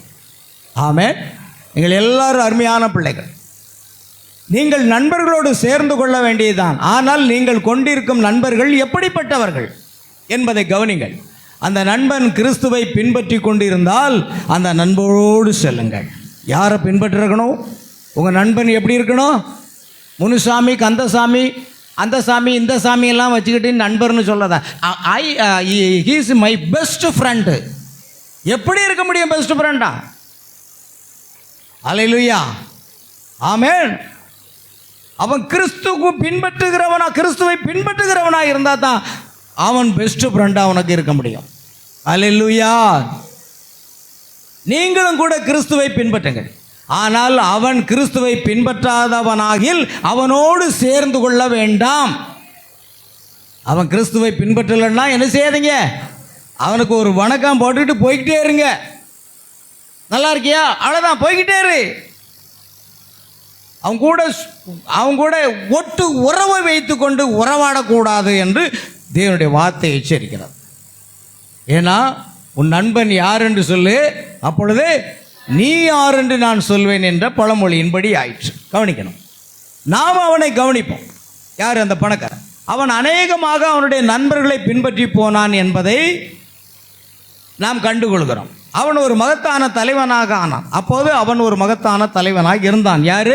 அந்த வாலிபன். திரளான ஆஸ்தி உடையவனாக இருந்து நித்திய ஜீவனை பெற முடியாமல் போனவன். அவன் எப்படிப்பட்டவனாக இருந்தான்? ஒரு தலைவனாக இருந்தான், பெயர் பெற்றவனாக இருந்தான். இப்போ அடுத்த ஓமைக்கு நம்ம போக போகிறோம். லூக்கா சுவிசேஷம் 12ஆம் அதிகாரம் 16 முதல் 19 வசனங்களை வாசிப்போம். லூக்கா 12 16 முதல் 19. அதுதான் நம்ம வாசித்துமோ? அதை நம்ம வாசித்துட்டோம். சரி சரி, இப்போ நம்ம அதை தான் பார்க்க போகிறோம். பாருங்கள், அதை நாம் பார்க்கிறோம். அடுத்த பணக்காரனை பற்றி பார்க்க போகிறோம். பார்த்துட்டானுங்க. இந்த ஐஸ்வர்யவான் தன்னுடைய பொருட்களை வைப்பதற்காக கூடுதலாக களஞ்சியங்களை கட்ட வேண்டியிருந்த அளவுக்கு அவன் மிகவும் செழிப்படைந்தான். ஆமென். செழிப்பாயிட்டு. அதான் லூக்கா 16 19 முதல் 32 வசனங்கள். ஆமென். எங்கே போயிட்டு என்பதை நாம் காண்கிறோம். லூக்கா 12 16 முதல் 19. பிறகு அவன் தனக்குள்ளே சொல்லி கொண்டான், அவனுக்கு வயது சென்ற பிற்பாடு வாலிப வயதின் கவலைகளும் காரியங்களும் கடந்து போய்விட்டன. எல்லாவற்றையும் அவன் செய்து விட்டான். ஒரு கால் மகிழ்ச்சியாக பொழுதை போக்கியிருப்பான். மேலும் இந்த வாலிபனை பாருங்கள், அதன் பிறகு ஒரு கால் விவாகம் கூட பண்ணியிருக்க மாட்டான். ஆன போதிலும் அவன் ஒரு மகத்தான தலைவனாக இருந்தார். மேலும் அவன் மேல் உட்கார்ந்திருந்தான். இன்றும் எருசலேமில் இன்னும் கூட அவர்கள் வீட்டின் மேல் இருந்து புசிக்கிறார்கள். இந்நாளிலும் சாயங்கால நேரத்தில் வெளியில் குளிர்ச்சியா இருக்கும்போது அவ்வாறு செய்கிறார்கள். பாருங்கள், இந்த பணக்காரன் பாருங்க, இவன் என்ன செய்தான்? செழிப்படைந்தான். செழிப்படைந்த பிறகு களஞ்சியத்தை இடித்து கட்டுவேன், பெரிதாக கட்டுவேன், அங்கே சேர்த்து வைப்பேன். ஆத்மாவே, உனக்காக அநேக நாட்கள் சேகரித்து வைக்கப்பட்டிருக்கிறது, நீ என்ன செய்? பூரித்து சுகமாயிரு, களிப்பாயிரு என்று என் ஆத்மாவுக்கு சொல்வேன்னு சொன்னான். மதிகடனே, இன்றிரவு உன்னுடைய ஆத்மா எடுத்துக்கொள்ளப்படுமாகில் நீ சேகரித்தவைகள் யாருடையதாகும்? காலையில் வீட்டுக்கு போயிட்டு வேலைக்கு போயிட்டு வீட்டுக்கு வரக்குனால ஒரு ஆக்சிடென்ட் ஆகி கால் போயிட்டுனா என்ன ஆகும்? சும்மா ஒரு எக்ஸாம்பிள் சொல்கிறேன், ஒன்றும் பயந்துறாங்க, பாஸ்டர் சாபம் படான்னு நினைக்காங்க. எந்த நேரத்தில் என்ன நடக்குன்னு சொல்ல முடியாது. அல்லேலூயா. பெட்டிக்குள்ளே இருக்க எல்லா பணமும் போயிடுமா? நீங்கள் சம்பாத்தியம் பண்ணதெல்லாம் போயிடுமா? உபவாச கூட்டத்துக்கு வராமல் சம்பாத்தியம் பண்ணதும் போயிடுமா? ஞாயிற்றுக்கிழமை ஆராதனைக்கு வராமல் சம்பாத்தியம் பண்ணவும் போயிடுமா? எந்த நேரத்தில் வரணும் யாருக்கு தெரியுங்க? இங்கே நடந்து போனால் பைக்குக்காரன் இடிக்கான், சைக்கிளில் போனால் காருக்காரன் இடிக்கான், காரில் போனால் லாரிக்காரன் இடிக்கிறான். ஆமென். இந்த பூமியில் உள்ள எதுவுமே எனக்கு வேண்டாம், நான் விமானத்தில் போகிறேன். நடுவானத்தில் வெடித்து சிதறி கடலுக்குள்ளே உள்ளே போயிட்டான். எங்கெங்கே போகிறது? பரலோகத்துக்கு தாங்க போகணும். அங்கே தான் நமக்கு பாதுகாப்பு இருக்கிறது. புரியுதா புரியலையா உங்களுக்கு? ஃப்ளைட்டில் போனாலும் அதுதான் வெடிச்சு விடுத. ட்ரெயினில் போனால் ஒன்றுக்கு மேலே ஒன்று ஏறுது. சரிதானே இல்லையா? எப்படி நடந்து போனாலும் பிரச்சனை, சைக்கிளில் போனாலும் பிரச்சனை இல்லை, பைக்கில் போனாலும் பிரச்சனை இல்லை, காரில் போனாலும் பிரச்சனை இல்லை. ஆமென். எல்லாமே பிரச்சனை தான். எதில்? ட்ரெயினில் போனாலும் பிரச்சனை, ஃப்ளைட்டில் போனாலும் பிரச்சனை. ஐயா, எப்படி தான் போனால் நீ பரலோகத்துக்கு ஏறிப்போ, அங்கே எந்த ஆக்சிடெண்ட்டும் ஆகாது. அதையாவது மக்கள் உணர்றாங்களான்னு கேளுங்க. அல்லேலூயா. கவனிங்க பிரியமானவர்களே. அதனால தான் மதிகடனே என்று கர்த்தர் அவனை அழைத்தார். அவன் விவாகம் கூட பண்ணியிருக்காமல் இருக்கலாம், ஆன போதிலும் அவன் ஒரு மகத்தான தலைவனாக இருந்தான். அதே போல தான் இன்றைக்கும் அவர்கள் இருக்கிறார்கள் என்று சொன்னார். இரண்டாவது பணக்காரனை பார்த்துட்டோமா? அடுத்தது லூக்கா சுவிசேஷம் 16ஆம் அதிகாரம் 19 முதல் 31 வசனம். அதில் என்ன சொல்லியிருக்கு வாசிங்க. மேலும் அவனோடு வேறொரு கதாபாத்திரம் நம் மனம் கணக்கொன் முன்னாக வருகிறதை காண்கிறோம். அவன் தான் ஒரு பிச்சைக்காரன். ஆமென். அடுத்து இருப்பவனை கணம் பண்ண வேண்டும் என்று கற்பிக்கப்பட்டு அவன் வளர்க்கப்பட்டிருந்தான். பிறர் உங்களுக்கு செய்ய வேண்டும் என்று இருப்பதை நீங்களும் அவர்களுக்கு செய்யுங்கள். பாருங்கள், கிறிஸ்துவின் அந்த அழைப்பை அவன் புறக்கணித்ததன் மூலமாக இறுதியில் அதை போன்று காணப்பட்ட அவிதமான ஒரு வீட்டில் வளர்க்கப்பட்டிருந்த ஒரு வாலிபனுடைய பிறரை கனம் பண்ணுகிற குணமானது அவனை விட்டு போய்விட்டது. அது போய்விட்டது. லாசரு என்ற பெயருடைய ஒரு மனிதன் இருந்தான். இப்பொழுது வாசிக்கலாமா? நான் சொன்ன வேத பகுதி. ஐஸ்வர்யமுள்ள ஒரு மனுஷன் இருந்தான். அவன் இரத்தாம்பரமும் விலையேற பெற்ற வஸ்திரமும் தரித்து அது தினமும் சம்பிரமமாய் வாழ்ந்து கொண்டிருந்தான். லாசரு என்னும் பெயர் கொண்ட ஒரு தரித்திரனும் இருந்தான்.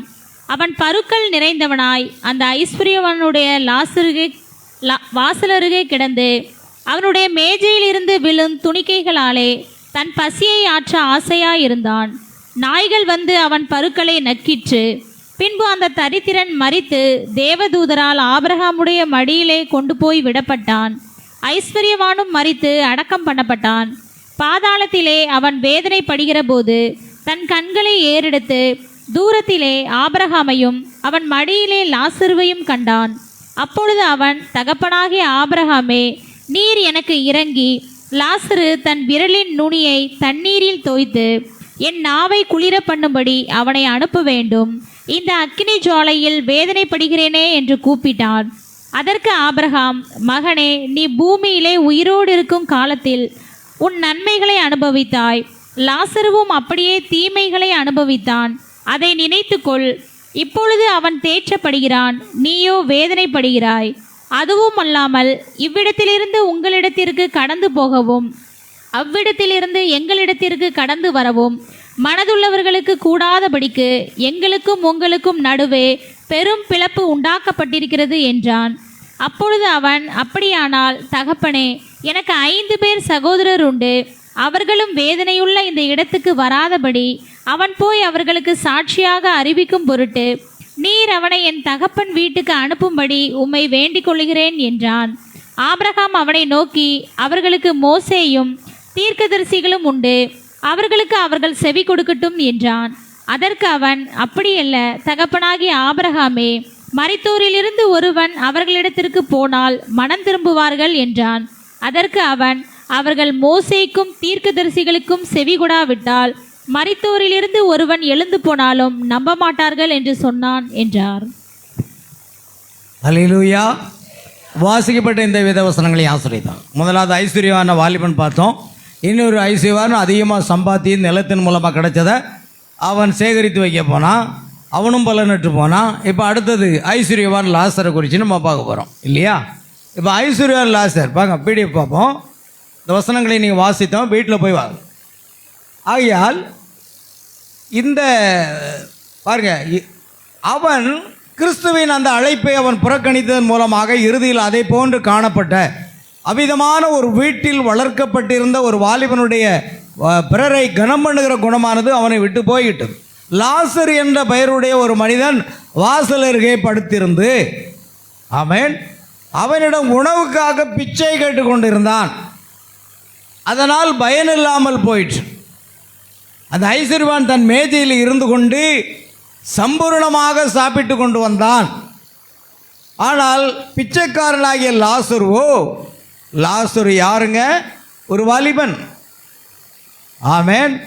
அவன் பிச்சை கேட்டு கொண்டிருந்தான். ஆனால் அந்த பணக்காரன் என்ன செய்யல? பிச்சை கூட போடலையாம். அவன் என்ன செய்தான் பாருங்கள், அவன் உணவுக்காக பிச்சை கொண்டு இருந்தான். அதனால் பயன் இல்லையாம். ஏன்னா அவன் என்ன போடலை? பிச்சையே போடலை. ஆகையால் பெருக்கி போடப்பட்ட துணிக்கைகளை அவன் புசித்து கொண்டிருந்தான். சில நம்ம நாட்டில் பிச்சைக்காரர்கள் அதிகம். பிச்சைக்காரர்களுக்கு யாரும் பிச்சை போடலைன்னா எங்கே போவாங்க? கல்யாண வீட்டில் சாப்பிட்டுட்டு மீதம் வச்ச எலும்பு துண்டையும் எல்லாத்தையும் எங்கே கொண்டு போடுவாங்க? அந்த குப்பையில் கொண்டு போடுவாங்க. அங்கே போய் இந்த பிச்சைக்காரர்கள் பொறுக்கி நாய் ஒரு பக்கம் சாப்பிடும், இவங்க ஒரு பக்கம் சாப்பிடும். இது இந்த தேசத்தில் இந்த அவல நிலை இன்னும் மாறலை. நடக்கா இல்லையா? இதே தான் நடக்குது. ஆகாரத்துக்காக பிச்சை எடுக்கிறார்கள். ஒரு அவல நிலை காணப்படுகிறது. அல்லேலூயா. ஆனால் அது நாய்க்கு போடப்படுகிறதா இருக்கிறது. ஆமென். அதை இவர்கள் சாப்பிட்றார். இந்த லாசர் அப்படித்தான் சாப்பிட்டான். அது என்ன நடக்கு? பெருக்கி போடப்பட்ட துணிக்கைகளை அவன் புசித்து கொண்டிருந்தான். ஆமென். அது அந்த பிச்சைக்காரனுக்கு போடப்படுவதல்ல.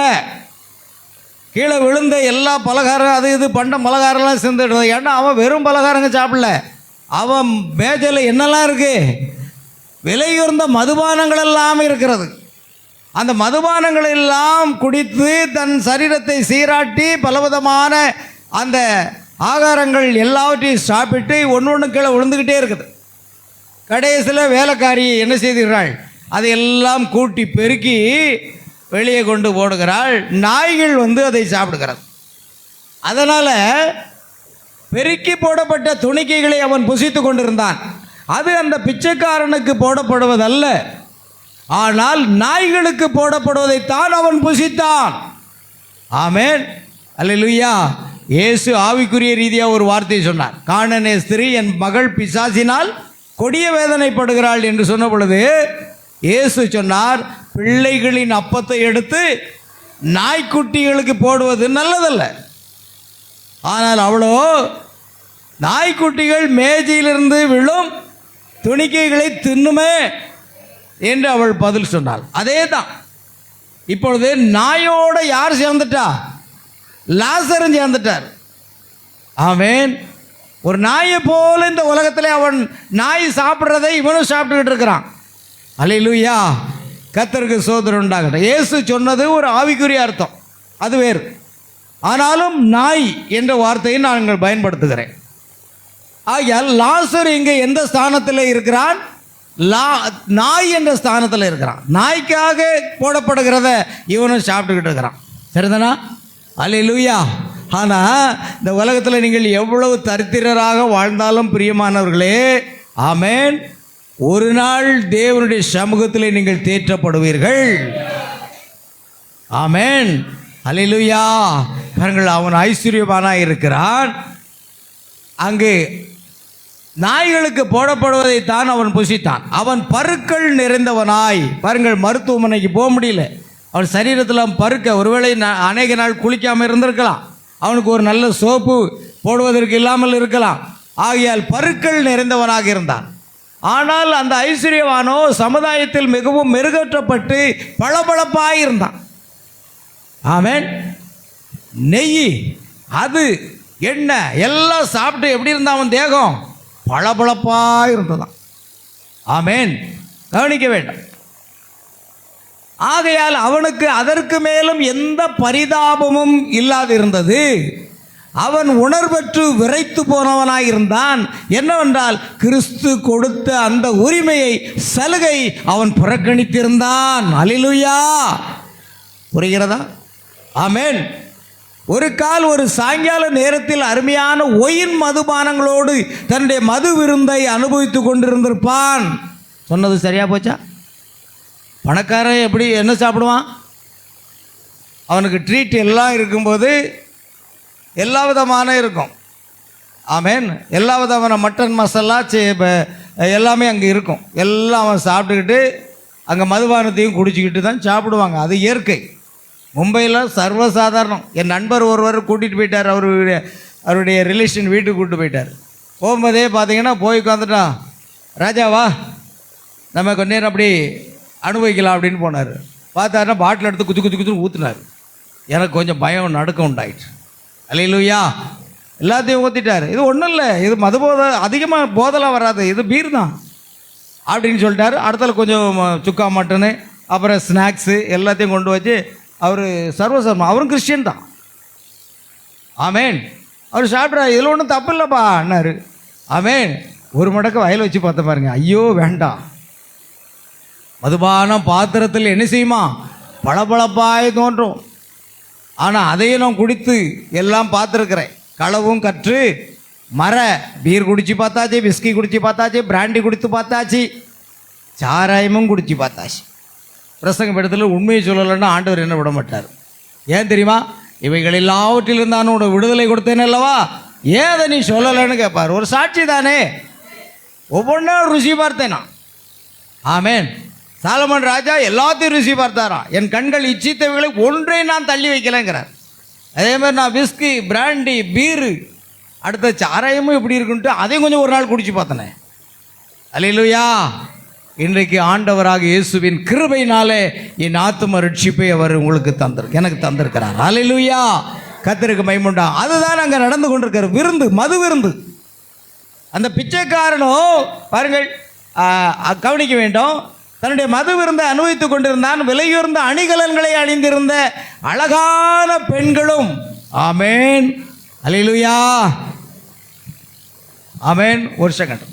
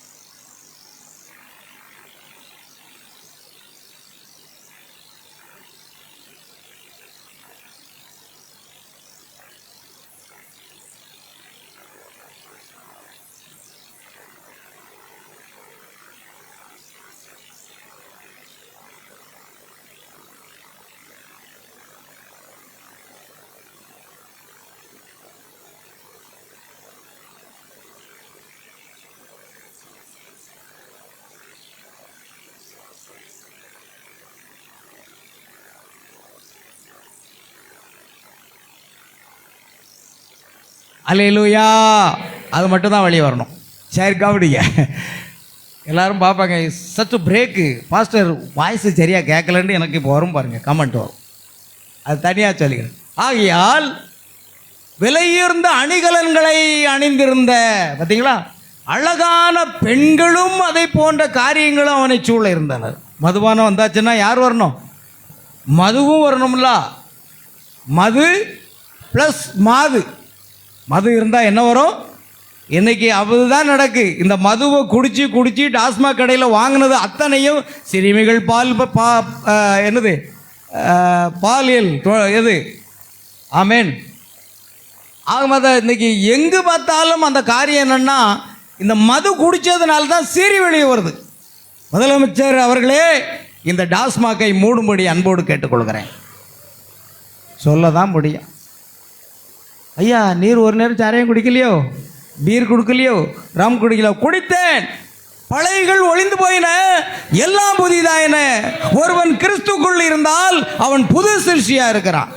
கர்த்தர் மாற்றினார். அல்லேலூயா. அதனால இன்னைக்கு நான் ஒரு சர்வே எடுத்து பார்த்தேன். இந்த மது போதையில் வேகமாக வந்த கார் மோதி ஹோட்டலுக்குள்ள போகுது. இந்த மது போதையினால தான் அநேக விபத்துகள் நடக்கின்றன. யாருக்கு தெரிய போது? ஆட்சியாளர்களுக்கு தெரிய வேண்டுமே. அல்லேலூயா. கவனிங்க, அதுதான் இங்கு மது இருந்தது, அடுத்து மாது இருந்தார்கள். அழகான பெண்களும் அதே போன்ற காரியங்கள் அவனை சூழ இருந்தன. அவனுடைய இருதயம் வாஞ்சித்த எல்லாவற்றை கொண்டு மது இருந்து நடந்து கொண்டிருந்தது. அந்த பிச்சைக்காரனோ வாசலருகே படுத்து கொண்டிருந்தான். ஆமென்.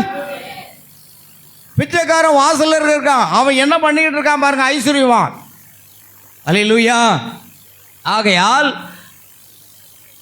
அடுத்து என்ன நடந்தது? அடுத்த நாள் காலையில் விடியற் காலம் வருவதற்கு முன்பே அவன் நரகத்தில் இருந்தான். ஆமென். முடிஞ்சு போச்சா? இரவெல்லாம் கொண்டாட்டம். கர்த்தர் பார்த்தா நீ விடியலை காணப்போவதில்லை, பாரு உன் ஜீவனை எடுக்கிறேன்ட்டு எடுத்துட்டார். இன்னைக்கு பயம், தெய்வ பயமே இல்லை இன்னைக்கு அனைவருக்கு. ஆமென். ஆராதனை உதாசீனப்படுத்தி, உபாச கூட்டத்தை உதாசீனப்படுத்தி நீ சம்பாத்தியம் பண்ணுன்னு நினைக்கிறீங்க. சம்பாத்தியங்கள் யாருடையது ஆக போகிறது? இன்று இரவே மதிகடனே உன் ஆத்மா எடுத்துக்கொள்ளப்படுமானால் நீ சம்பாத்தியம் பண்ணவைகள் யாருடையதாகும்? வசனத்துக்கு பயப்படுறது இல்லையா நீங்க? ஆமென். அல்லேலூயா. காலையில் ஆண்டவர் எடுத்துட்டாரு. அவன் இரவெல்லாம் மது போதையில் இருந்து மாதுக்களோடு பெண்களோடு அவன் உல்லாசம் அனுபவித்துக் கொண்டிருந்தான். கர்த்தர் விடியதுக்கு முன்னால எடுத்துட்டாராம். அடுத்த நாள் காலையில் விடியற் காலம் வருவதற்கு முன்பே அவன் நரகத்தில் இருந்தான். அல்லேலூயா. அவன் உயிர் ஆண்டவர் தூக்கிட்டு போயிட்டார். நரகத்து போயிட்டான். விடியதுக்கு முன்னாலுக்கு நரகத்து போயிட்டான். ஆனால் லாசரு வந்து தன்னுடைய நாவில் தண்ணீர் தர வேண்டும் என்று கதறி சத்தமிட்டு கொண்டிருந்தான். காட்சியோ மாறிவிட்டது. லாசர் எங்கே இருந்தானா? வாசிங்கள். அவனுடைய மேஜிலிருந்து விழுந்த துணிக்கைகளினாலே தன் பசி ஆட்டம் ஆசையா இருந்தான். நாய்கள் வந்து அவன் பற்களை நக்கிற்று. பின்பு அந்த தரித்திரன் மரித்து தேவதூதரால் ஆபிரகாமுடைய மடியிலே கொண்டு போய் விடப்பட்டான். ஐஸ்வர்யவானும் மரித்து அடக்கம் பண்ணப்பட்டான். பாதாளத்திலே அவன் வேதனைப்படுகிறது போது தன் கண்களை ஏறெடுத்து தூரத்திலே ஆபிரகாமையும் அவன் மடியிலே லாசருவையும் கண்டான். ஆமென். இந்த தரித்திரன் எங்கே போய் சேர்ந்துட்டாங்க? ஒருவேளை சாப்பாடு இல்லை, ஆனால் ஒருவேளை அவன் தேவனுக்கு உத்தமமாக வாழ்ந்திருக்கலாம். அல்லேலூயா. அதனால் அவன் நேரடியாக எங்கே போயிட்டான்? ஆபிரகாமுடைய மடிக்கு கொண்டு போய் தேற்றப்படுகிறான். அல்லேலூயா. அந்த பணக்காரனோ நரகத்துக்கு போய் அங்கே என்ன பண்ணுறான்? அல்லேலூயா. வாசிங்க அந்த வசனம் என்ன சொல்லுகிறது? அப்பொழுது ஐஸ்வர்யவான் மரித்து தன் கண்களை பாதாளத்திலிருந்து ஏறெடுத்து பார்க்கும் பொழுது தூரத்திலே ஆபிரகாமையும் அவன் மடியிலே லாசருவையும் கண்டான்.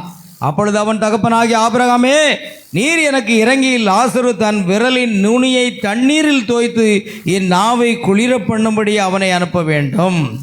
இந்த அக்கினி ஜுவாலையிலே வேதனைப்படுகிறேனே என்று கூப்பிட்டான். இப்பொழுது உனக்கு மதுபானத்தை கொடுக்கிறது யாரு? நீ மதுபானத்தினால குடித்து வெறித்து இருந்தாய். இப்போ உனக்கு ஒரு சொட்டு தண்ணீர் கிடைக்கல. விசுவாசிகள் இதை உணர வேண்டும். ஆமென். ஒரு சொட்டு தண்ணீர் கிடைக்கல. லாசருடைய விரலை தண்ணீரில் தோய்த்து என் நாவின் குளிர பண்ண வேண்டும். ஆமேன். அதுதான் அங்கே காரியம் நடந்தது. அதற்கு ஆபிரகாம், மகனே, ஆமேன், நீ பூமியிலே உயிரோடு இருக்கும் காலத்தில் உன் நன்மைகளை அனுபவித்தாய், லாசருவும் அப்படியே தீமைகளை அனுபவித்தான். ஆமேன். அதை நினைத்துக்கொள். இப்பொழுது அவன் தேற்றப்படுகிறான், நீயோ வேதனைப்படுகிறாய். அதுவும் அல்லாமல் இவ்விடத்திலிருந்து அவ்விடத்திற்கு உங்களிடத்திற்கு கடந்து போகவும் அவ்விடத்திலிருந்து எங்களிடத்தில் கடந்து வரும் மனதுள்ளவர்களுக்கு கூடாதபடிக்கு எங்களுக்கும் உங்களுக்கும் நடுவே பெரும் விளப்பு உண்டாக்கப்பட்டிருக்கிறது என்றான். அல்லேலூயா. கவனிங்க, பாருங்கள், அவன் நரகத்தில் இருந்தான். லாசர் வந்து தன்னுடைய நாவில் தண்ணீர் தர வேண்டும் என்று கதறி சத்தமிட்டு கொண்டிருந்தான். காட்சியோ மாறிவிட்டது. அவன் தகப்பனாகிய ஆபிரகாமே என்று கூறுவதை கவனிங்கள். இப்பொழுது ஆபிரகாம் யூதர்களின் தகப்பன். ஆமேன். அல்லேலூயா. பாருங்கள், இல்லை கீழே கீழே ஆபிரகாம் யூதர்களின் தகப்பன் என்பது அவனுக்கு அப்பொழுது ஞாபகம் இருந்தது. ஆமேன். உனக்கு சத்தியம் தெரியும். இன்னைக்கு அநேக சத்தியம் தெரிந்தவங்க தான் நாம் ஆண்டவரை விட்டு பின்போய் இருக்கிறோம். அவன் தகப்பனாகிய ஆபிரகாமே அந்த பிச்சைக்காரனாகிய லாசரின் விரல்களில் கொஞ்சம் தண்ணீரை கொண்டு வந்து என் நாவில் வைக்கும்படி அவனை அனுப்பும், இந்த அக்கினி ஜுவாலை வேதனையாக உள்ளது என்றான். ஆமேன். அல்லேலூயா. பாருங்க, அந்த ஐஸ்வர்யன் ஒருவேளை சாப்பாட்டுக்கு இல்லாமல் இருந்து மரித்து போனான். ஆபிரகாமுடைய மறியிலே தேற்றப்பட்டு கொண்டிருக்கிறான். இவன் அதை பார்க்கிறான். அல்லேலூயா. ஆனால் பாருங்கள், அங்கே என்ன வேதனையாக இருக்கிறது. இன்னைக்கு என்னதான் ஜனங்களை சத்தியத்தை சொல்லி எச்சரித்தாலும் கூட கீழ்ப்படிய மாட்டேன்கிறார்கள். கர்த்தருக்கு பயப்படுகிற பயம் இன்றைக்கு தேவையாக இருக்கிறது. உலகத்துக்காக வாழாதீங்க. ஆமேன். உலகத்துக்காக வாழ்ந்தது போதும். ஒரு வாழ்வு, அது இயேசுவுக்காக என்று வாழுங்கள். அல்லேலூயா. ஒரு வாழ்வு, அது உமக்காக. ஆமேன். ஒரே ஒரு வாழ்வு, அது இயேசுக்காக நம்ம வாழணும். கர்த்தருக்கு ஸ்தோத்திரம்டா. பாருங்கள், மேலும் அவன் கூறினான், ஆபிரகாமோ இது என்னால் அதை செய்ய முடியாது என்று அநேக வார்த்தைகளில் கூறினான். இவை எல்லாவற்றையும் தவிர உன்னுடைய ஜீவியத்தில் உனக்கு தருணம் இருந்தது என்பதை பார். உன்னுடைய ஜீவியத்தில் உனக்கு என்ன இருந்தது? தேவனுடைய வார்த்தை உனக்கு வந்ததை நீ கேட்டாய். உனக்கு தருணம் இருந்தது. ஆனாலும் நீ உதாசீனப்படுத்தி கொண்டிருக்கிறாய். அல்லேலூயா. கவனிக்க வேண்டும் பிரியமானவர்களே. ஆகையால் அவனுக்கு எப்போது அந்த தருணம் இருந்தது? இயேசு என்னை பின்பற்றி வா என்று கூறின போது. ஆமேன். ஆனால் அவன் அதை புறக்கணித்து விட்டான்.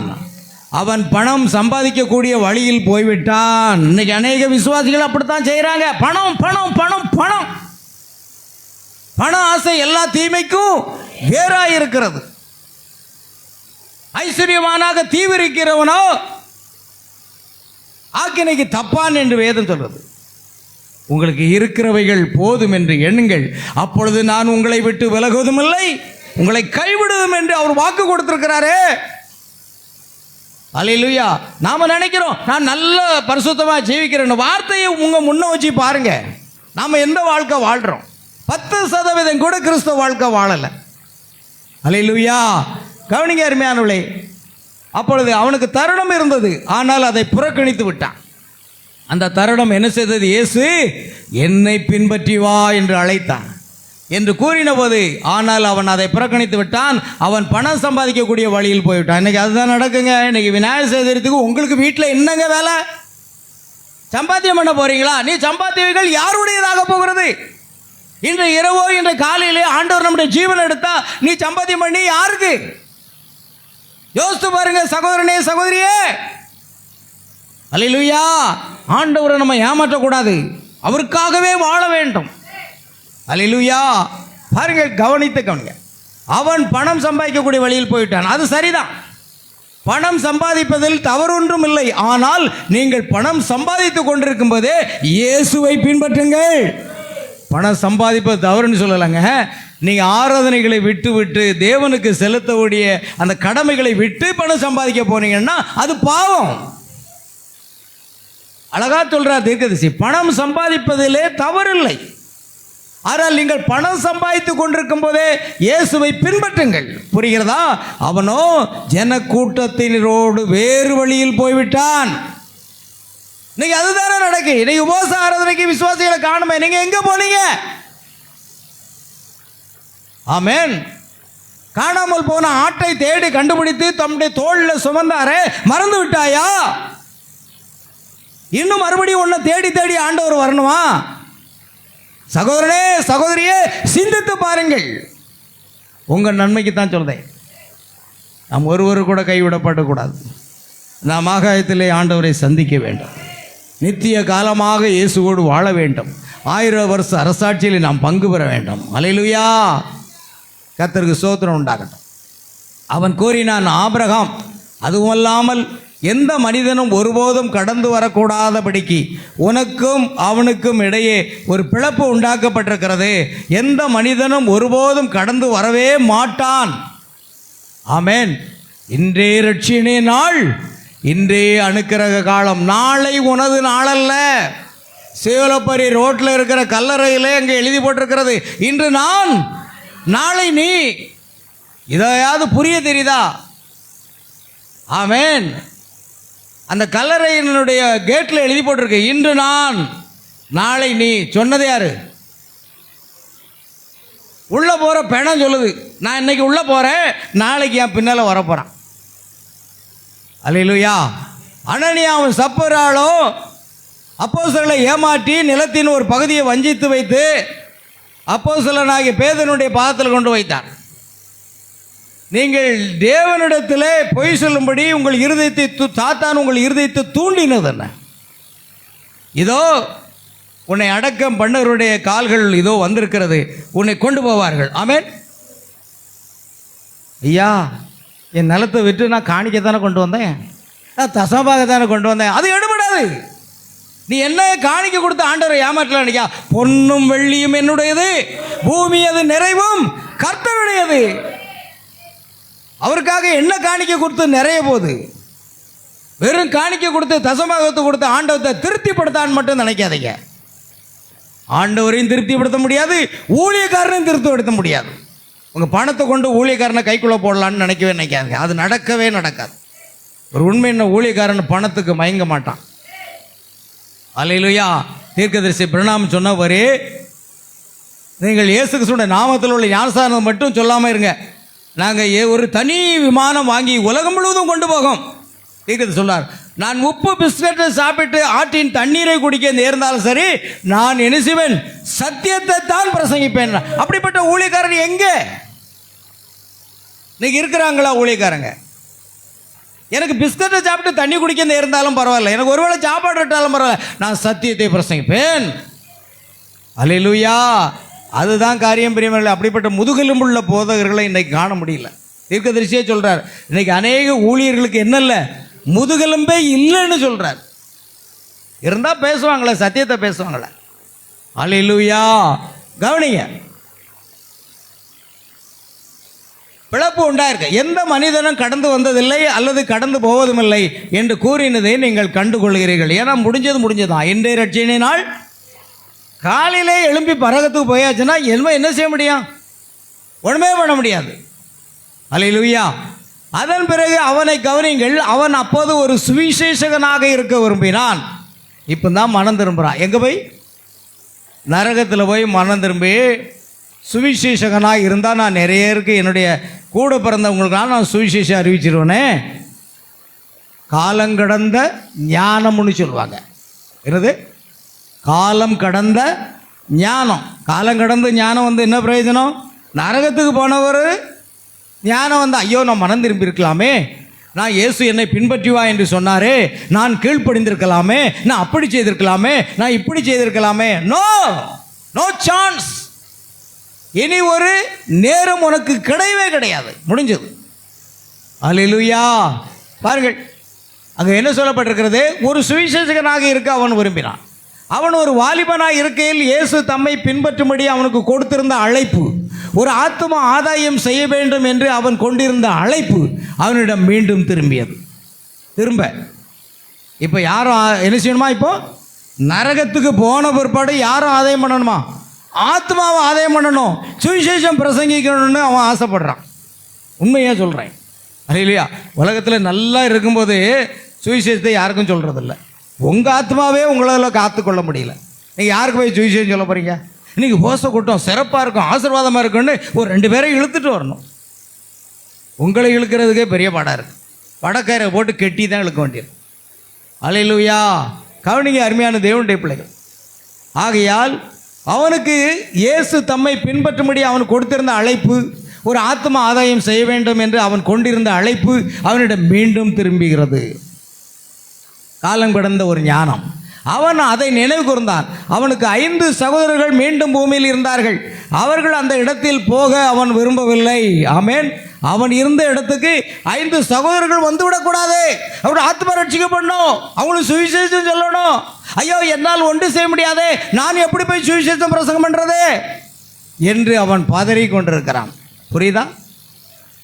இப்போ என்ன செய்ய முடியும்? அல்லேலூயா. அவர்கள் இந்த இடத்துக்கு வந்துவிடக்கூடாது என்பதிலே அக்கறை உள்ளவனாக இருக்கிறான். அவர்கள் ஆத்மா ரட்சிக்கப்பட வேண்டும் என்று அக்கறை உள்ளவனாக இருக்கிறான். அவர்கள் இயேசுவை பின்பற்ற வேண்டும் என்பதிலே அக்கறை உள்ளவனாக இருக்கிறான். அல்லேலூயா.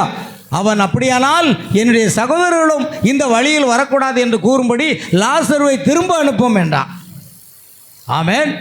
வேறு வார்த்தைகளில் கூறினால் என்னை பின்பற்றி வா என்ற அழைப்பை ஏற்றுக்கொள்ளும்படி பாருங்கள். ஆமென். யாரை அனுப்பணுமா? லாசருவை போய் பிரசங்கித்து அவள் ஆத்தும ரட்சிக்கப்படட்டும். இந்த இடத்துக்கு வந்துடக்கூடாது, இந்த வேதனையுள்ள இடத்துக்கு நான் வந்துட்டேன், ஆனால் அவர்கள் வந்து விடக்கூடாது. இப்போ அவங்களுக்கு என்ன வந்துட்டு? அழிந்து போகின்ற ஆத்துமாக்களை தினமும் நினைத்து. அல்லேலூயா. பெருக்கமன் செய்ய பாடினார். அழிந்து போகிற ஆத்துமாக்களை என்ன செய்யணுமா? தினமும் நினைத்து நம்ம அழுது ஜெபிக்கணுமா? அல்லேலூயா. ஆண்டவரே, இந்த ஆத்துமாக்களை உபவாச ஆராதனை கொண்டு வருமையான்னு நான் ஜெபிக்க வேண்டியிருக்கு. நீங்கள் எங்கே போய் ஆத்துமாக்கு ஜெபிக்க போகிறீங்க? ஆமென். அல்லேலூயா. கவனிங்க. ஆகையால் அப்படியானால் அவனுடைய சகோதரர்களை இந்த வழியில் வரக்கூடாது என்று கூறும்படி லாசருவை திரும்ப அனுப்பும் என்றார். வேறு வார்த்தைகளை கூறினால் என்னை பின்பற்றி வா என்ற அழைப்பை ஏற்றுக்கொள்ளும்படி. ஆனால் ஆபிரகாமோ அவர்கள் அதை ஏற்றுக்கொள்ள மாட்டார்கள் என்றார். பார்த்தீங்களா? யார் லாசருவே போய் பிரசங்கம் பண்ணாலும் ஏற்றுக்கொள்ளவே. நான் ஒரு வாரமாக சொல்கிறேன், ஒவ்வொரு உபவாச ஆராதனையும் சொல்லிக்கிட்டே இருக்கேன், விடாத விடாத விடாத. அவர்கள் ஏற்றுக்கொள்ள மாட்டார்கள். டிஸ்கரெக்ட். சரிதா இல்லையா? மாட்டார்கள். என்னதான் உபதேசம் சொல்லுங்க, என்னதான் சத்தியத்தை சொல்லுங்க, என்னதான் புத்திமதி சொல்லுங்க, நாங்கள் ஏற்றுக்கொள்ள மாட்டோம். நாய் வாழை நிமித்தவே முடியாது. நாய் வாழை என்ன செய்ய முடியாது? நிமித்து பார்த்துட்டு விடுங்க. அப்படியே நாய் வாழை கீழே நல்லா வளைச்சி பிடிச்சிட்டு அப்படி விட்டு பாருங்க,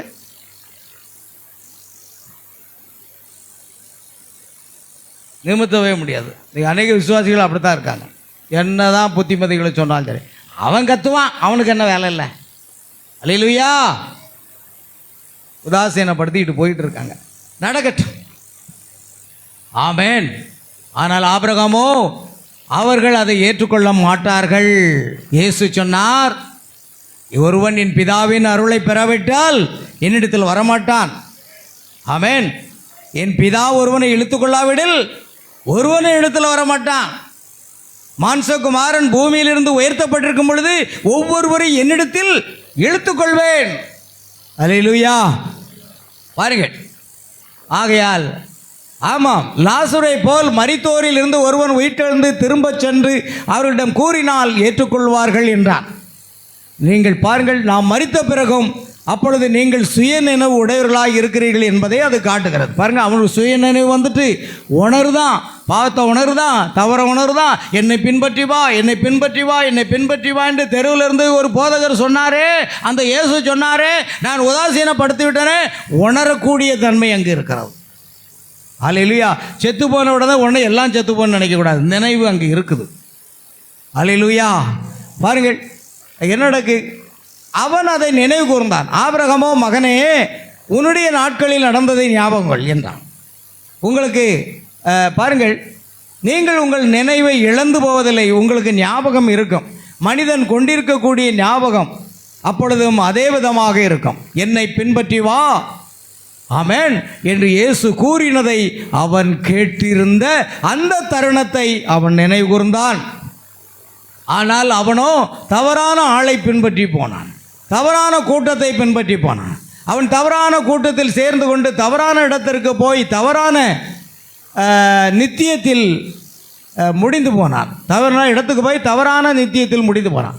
அந்நாளில் அவன் தேவனிடத்திலிருந்து என்றென்றுமாக நிர்மூலமாக்கப்படுவான். நான் முதலாவது பார்த்த அந்த வாலிபன் சிறுவயதிலிருந்து எல்லா வசனத்துக்கு கீழ்ப்படிந்தோம். அவன் என்ன செய்ய வேண்டும்? ஆஸ்திகளை விற்று தரித்திரம் கொண்டு என்னை பின்பற்றி வா என்று இயேசு சொன்னார். அவனை துக்கமடைந்தவனாக போய்விட்டான். தீர்க்கதரிசி சொல்கிறார், அவன் இவ்வளவு வசனங்களுக்கு கீழ்ப்படிந்தும் கூட அவன் நியாய தீர்ப்புக்காக காத்திருக்கிறான்னு சொல்றார். எவ்வளவு பயங்கரம் பாருங்க. இந்த அளவுக்கு தேவனுடைய வார்த்தைக்கு கீழ்ப்படிந்து நடந்தவன் இப்பொழுது எதற்காக இருக்கிறானா? அவன் நித்திய ஜீவனை பெற விரும்பினான், ஆனால் அதை பெற முடியாமல் போய்விட்டது. ஆனால் அவன் வரக்கூடிய நியாய தீர்ப்புக்காக காத்து கொண்டு இருக்கிறான். நம்ம ஒவ்வொருவருக்கும் நியாய தீர்ப்பு காத்து கொண்டிருக்கிறது. அல்லேலூயா. நாம் உத்தமமாக சத்தியத்தின்படி ஜீவித்தால் நியாய தீர்ப்பு நம்மை ஆட்கொள்ள போறதில்லை. ரோமர் 8:1 சொல்கிறது. வாசித்து பாருங்க. ரோமர் 8:1.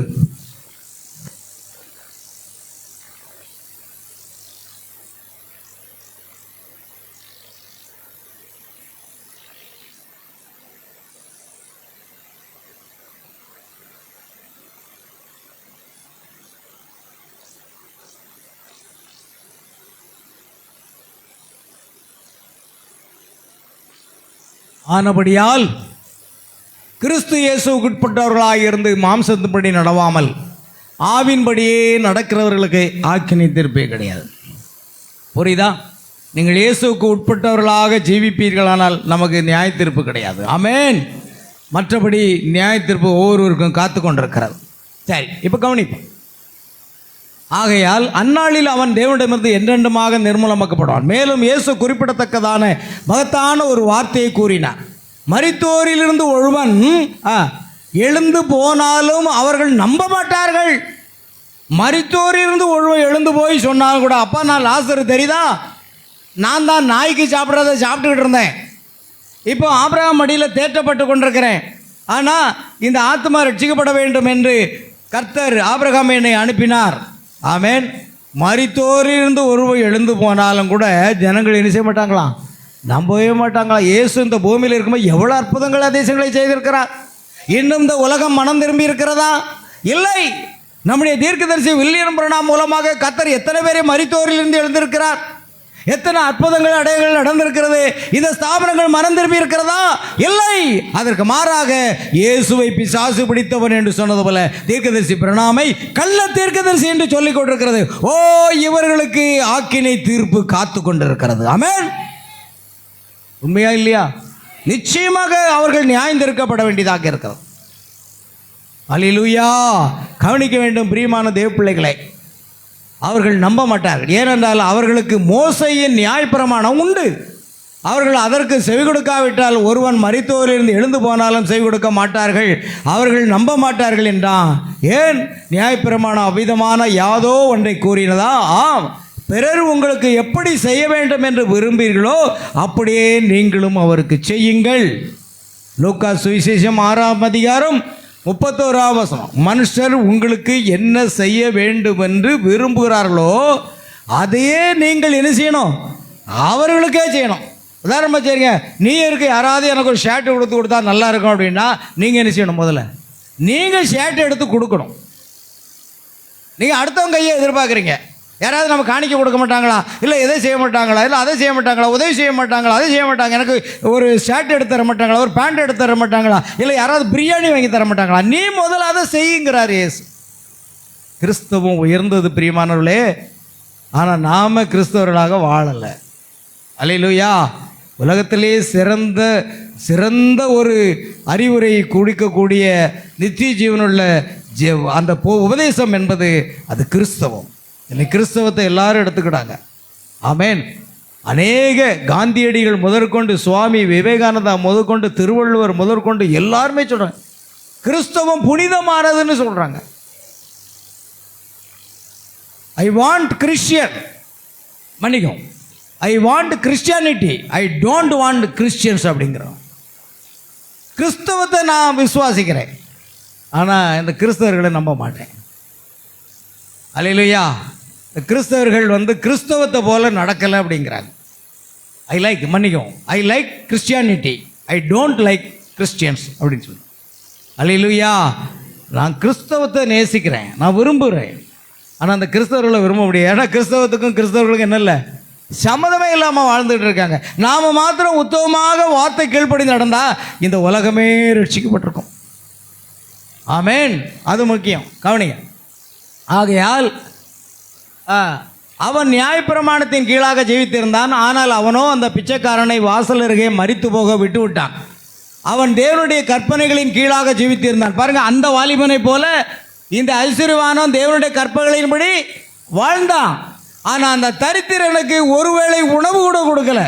இயேசு சொன்னார், நான் பசியாக இருந்தேன், எனக்கு நீங்கள் ஆகாரம் கொடுக்கல. நான் வஸ்திரம் இல்லாத இருந்தேன், எனக்கு என்ன செய்யலை, ஏழைகளுக்கு உடை வாங்கி கொடுங்க. ஆமேன்.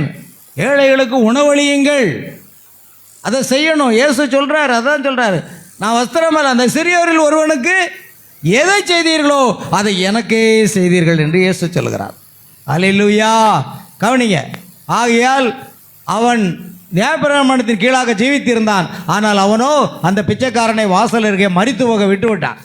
அவன் தேவனுடைய கற்பனைகளின் கீழாக ஜீவித்திருந்தான், இருப்பினும் அந்த மகத்தான நித்திய ஜீவனை காண தவறிவிட்டான். வாலிப பிள்ளைகளே, நீங்கள் ஒவ்வொருவரும் என்னை போன்று காணப்படுகிறீர்கள். நீங்கள் ஒவ்வொருவரும் அப்படியே என்னுடைய குமாரரையும் குமாரத்திகளையும் போன்று காணப்படுகிறீர்கள். ஒரு விதத்தில் நீங்கள் அவ்வாறு தான் இருக்கிறீர்கள். பாருங்கள், ஆவிக்குரிய பிரகாரமாக பேசிக்கொண்டிருக்கிறேன், அது உண்மை. தேவனாகிய கர்த்தர் உங்கள் ஆத்மாக்களை என்னுடைய பாதுகாப்பில் வைத்திருக்கிறார். ஏனென்றால் நீங்கள் எனக்கு செவி கொடுக்கிறீர்கள், நீங்கள் என்னை நம்புகிறீர்கள். ஒரு விதத்தில் நீங்கள் என்னுடைய குமாரர்களும் குமாரத்திகளுமாய் இருக்கிறீர்கள், அது உண்மை. ஆண்டவர் இயேசு சொல்லுகிறார். அல்லேலூயா. தேவனுடைய கற்பனைகளை கைக்கொள்ளுதல் என்பது ஒரு மகத்தான காரியம் என்பதை எப்போதும் நினைவில் வைத்துக் கொள்ளுங்கள். ஒரு நல்ல வீட்டில் வளர்க்கப்படுவது என்பது தேவனிடமிருந்து வருகிற ஒரு சுதந்திரம். உங்களுக்கு இருப்பதை போன்று நற்பண்புகளுடன் கூடிய அருமையான வாலிப பிள்ளைகளாய் இருப்பது என்பது நல்லது. கல்வியை பெற்றுக்கொள்வது என்பது அற்புதமானது. இந்த சுதந்திரமான தேசத்தில் ஜீவிப்பது கூட அற்புதமானது தான். நாம் அநேக காரியங்களுக்காக நன்றியுள்ளவர்களாக இருக்க வேண்டும். ஆனால் நீங்கள் சுதந்திரித்து கொள்ளாத ஒரு காரியம் உண்டு, நீங்கள் அதை ஏற்றுக்கொண்டாக வேண்டும். அதுதான் நித்திய ஜீவன். இயேசுவை பின்பற்றுவதன் மூலமும் ஒரு மறுபடியும் பிறந்த அனுபவத்தின் மூலமும் மாத்திரமே உங்களால் அதை செய்ய முடியும். அதை புறக்கணித்து விடாதீர்கள். அல்லேலூயா.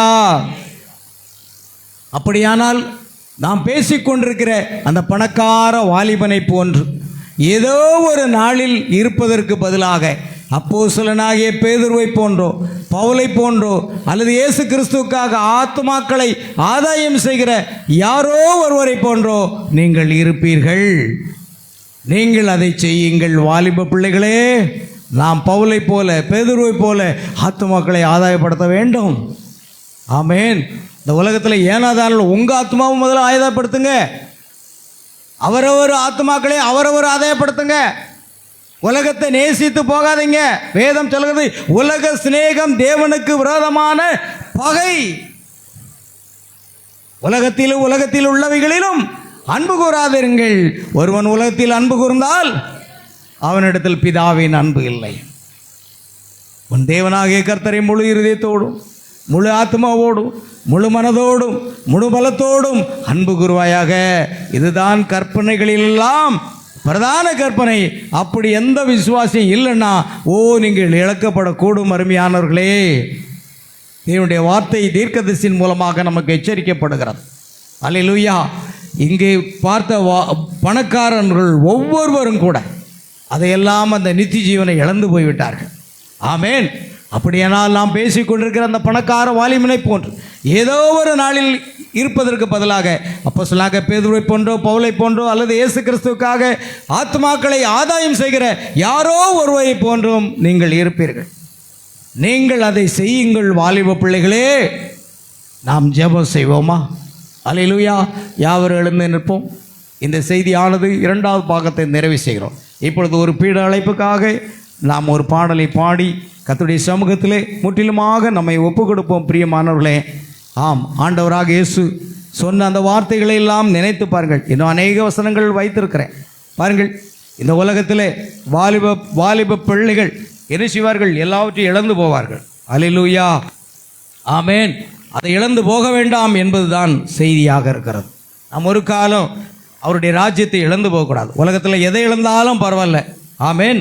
இயேசு சொன்னார், ஒருவன் என்னை பின்பற்றி வர விரும்பினால் அவன் தன்னைத்தான் வெறுத்து தன் சிலுவை எடுத்துக்கொண்டு அனுதினமும் என்னை பின்பற்ற கடவன். ஆமேன். தன் ஜீவனை ரட்சிக்கிறவன் அதை இழந்து போவான். தன் ஜீவனை கொடுக்கிறவனோ அதை பெற்றுக்கொள்வான். இயேசுக்காக நம்முடைய ஜீவனை நாம் கொடுப்போம். பிரியமானவர்களே, கடைசியாக ஒரு பீடி அழைப்பு. மத்தேயு 13ஆம் அதிகாரத்திலையும் கூட அந்த 22ஆம் வசனம் மாத்திரம் நாம் வாசிக்கிறேன். மத்தேயு 13:22ஆம் வசனத்திலே நாம் ஒரு வார்த்தையை பார்க்கிறோம். பிரியமானவர்களே, அந்த களைகளும் விதைகளையும் பற்றிய ஒரு ஓமைகளை சொல்லுகிறார் இயேசு. அதை நீங்கள் வீட்டில் போய் பாருங்கள். 22வது வசனம் என்ன சொல்லுது? முள்ளுள்ள இடங்களில் விதைக்கப்பட்டவன் வசனத்தை கேட்கிறவனாய் இருந்தும் உலக கவலையும் ஐஸ்வர்யத்தின் மயக்கமும் வசனத்தை நெருக்கி போடுகிறதுனால் அவனும் பலனற்று போவான். என்ன இருக்கக்கூடாது? வசனத்தை கேட்கிறவனாய் இருந்தும் கூட அவனுடைய வாழ்க்கையில் என்ன இருக்குங்க? உலக கவலை இருக்கிறது, ஐஸ்வர்யத்தின் மயக்கம், இது எல்லாம் வசனத்தை நெருக்கி போடுகிறதுனால் அவன் பலனற்று போவான் என்று இயேசு சொன்னார். ஹல்லேலூயா. ஆகையால் நாம் பலனற்று போகாமல் நாம் அதை பெற்றுக்கொள்ளும்படியாக நாம் ஜெபிப்போமாக. கர்த்தர் நமக்கு உதவி செய்வாராக. ஹல்லேலூயா. Praise the lord Jesus. நன்றி அப்பா. கோடான கோடி ஸ்தோத்திரம் ஆண்டவராக இயேசுவே. கடைசியாக ஒரு பாடலை பாடுவோம்.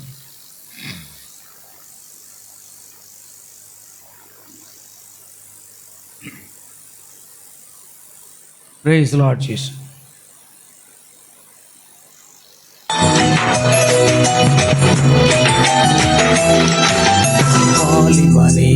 வாலிபனே வாலிபனே, கடைசியாக நாம் எல்லாம் ஜெபத்தோடு இருப்போம். பிரியமானவர்களே, இந்த பாடலை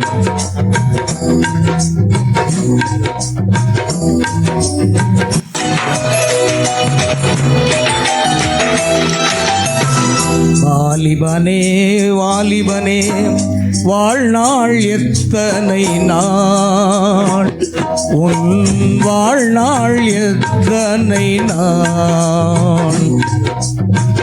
வாலிபனே வாலிபனே, வாழ்நாள் எத்தனை நாள், உன் வாழ்நாள் எத்தனை நாள்.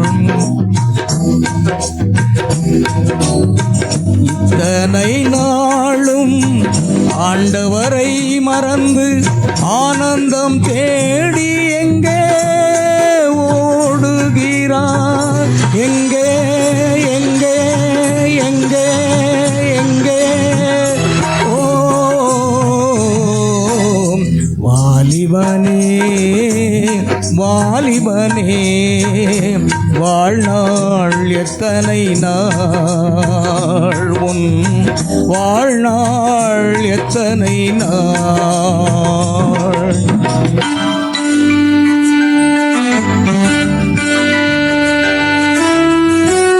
மனுஷன் மாயைக்கு ஒப்பாயிருக்கிறான். அவன் நாட்கள் கடந்து போகிற ஒரு நிழலுக்கு சமானம். மாயை மாயை எல்லாம் மாயை என்று பிரசங்கி சொல்லுகிறான்.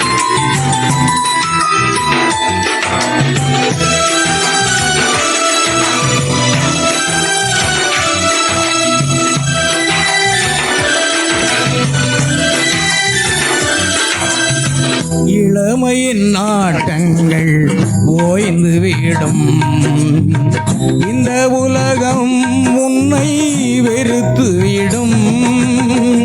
இளமையின் நாட்டங்கள் ஓய்ந்து விடும். இந்த உலகம் உன்னை வெறுத்து விடும். இனஜன பந்து உன்னை சூழும் முன்னே, இனஜன பந்து உன்னை சூழும் முன்னே, இயேசுவை நீயும் என்று ஏற்றுக்கொள். இயேசுவை நீயும் என்று ஏற்றுக்கொள். ஓ வாலிபனே வாலிபனே, வாழ்நாள் எத்தனை நாள், உன் வாழ்நாள் எத்தனை நாள்.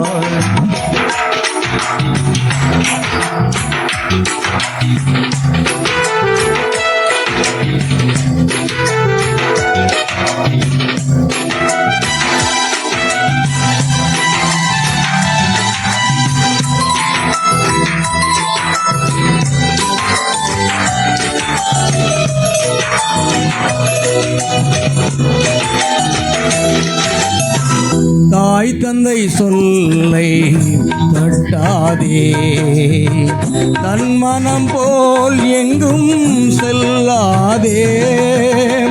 தாய் தந்தை சொல்லை தட்டாதே, தன் மனம் போல் எங்கும் செல்லாதே. வேதனை வெளிச்சம் என்று அறிந்து கொள்வாய், வேதனை வெளிச்சம் என்று அறிந்து கொள்வாய். உன் பாதையில் இயேசுவை நீ தெரிந்து கொள்வாய். உன் பாதையில் இயேசுவை நீ தெரிந்து கொள்வாய். ஓ வாலிபனே வாலிபனே, வாழ்நாள் எத்தனை நாள், உன் வாழ்நாள் எத்தனை நாள். பணப்பிரியன் பணத்தினால் திருப்தி அடைவதில்லை, செல்வப்பிரியன் செல்வ பெருக்கினால் திருப்தி அடைவதில்லை. இதுவும் மாயையே. கீழ்மக்கள் மாயையும் மேன்மக்கள் பொய்யுமாமே. தராசிலே வைக்கப்பட்டால் அவர்கள் எல்லோரும் மாயிலும் லேசானவர்கள்.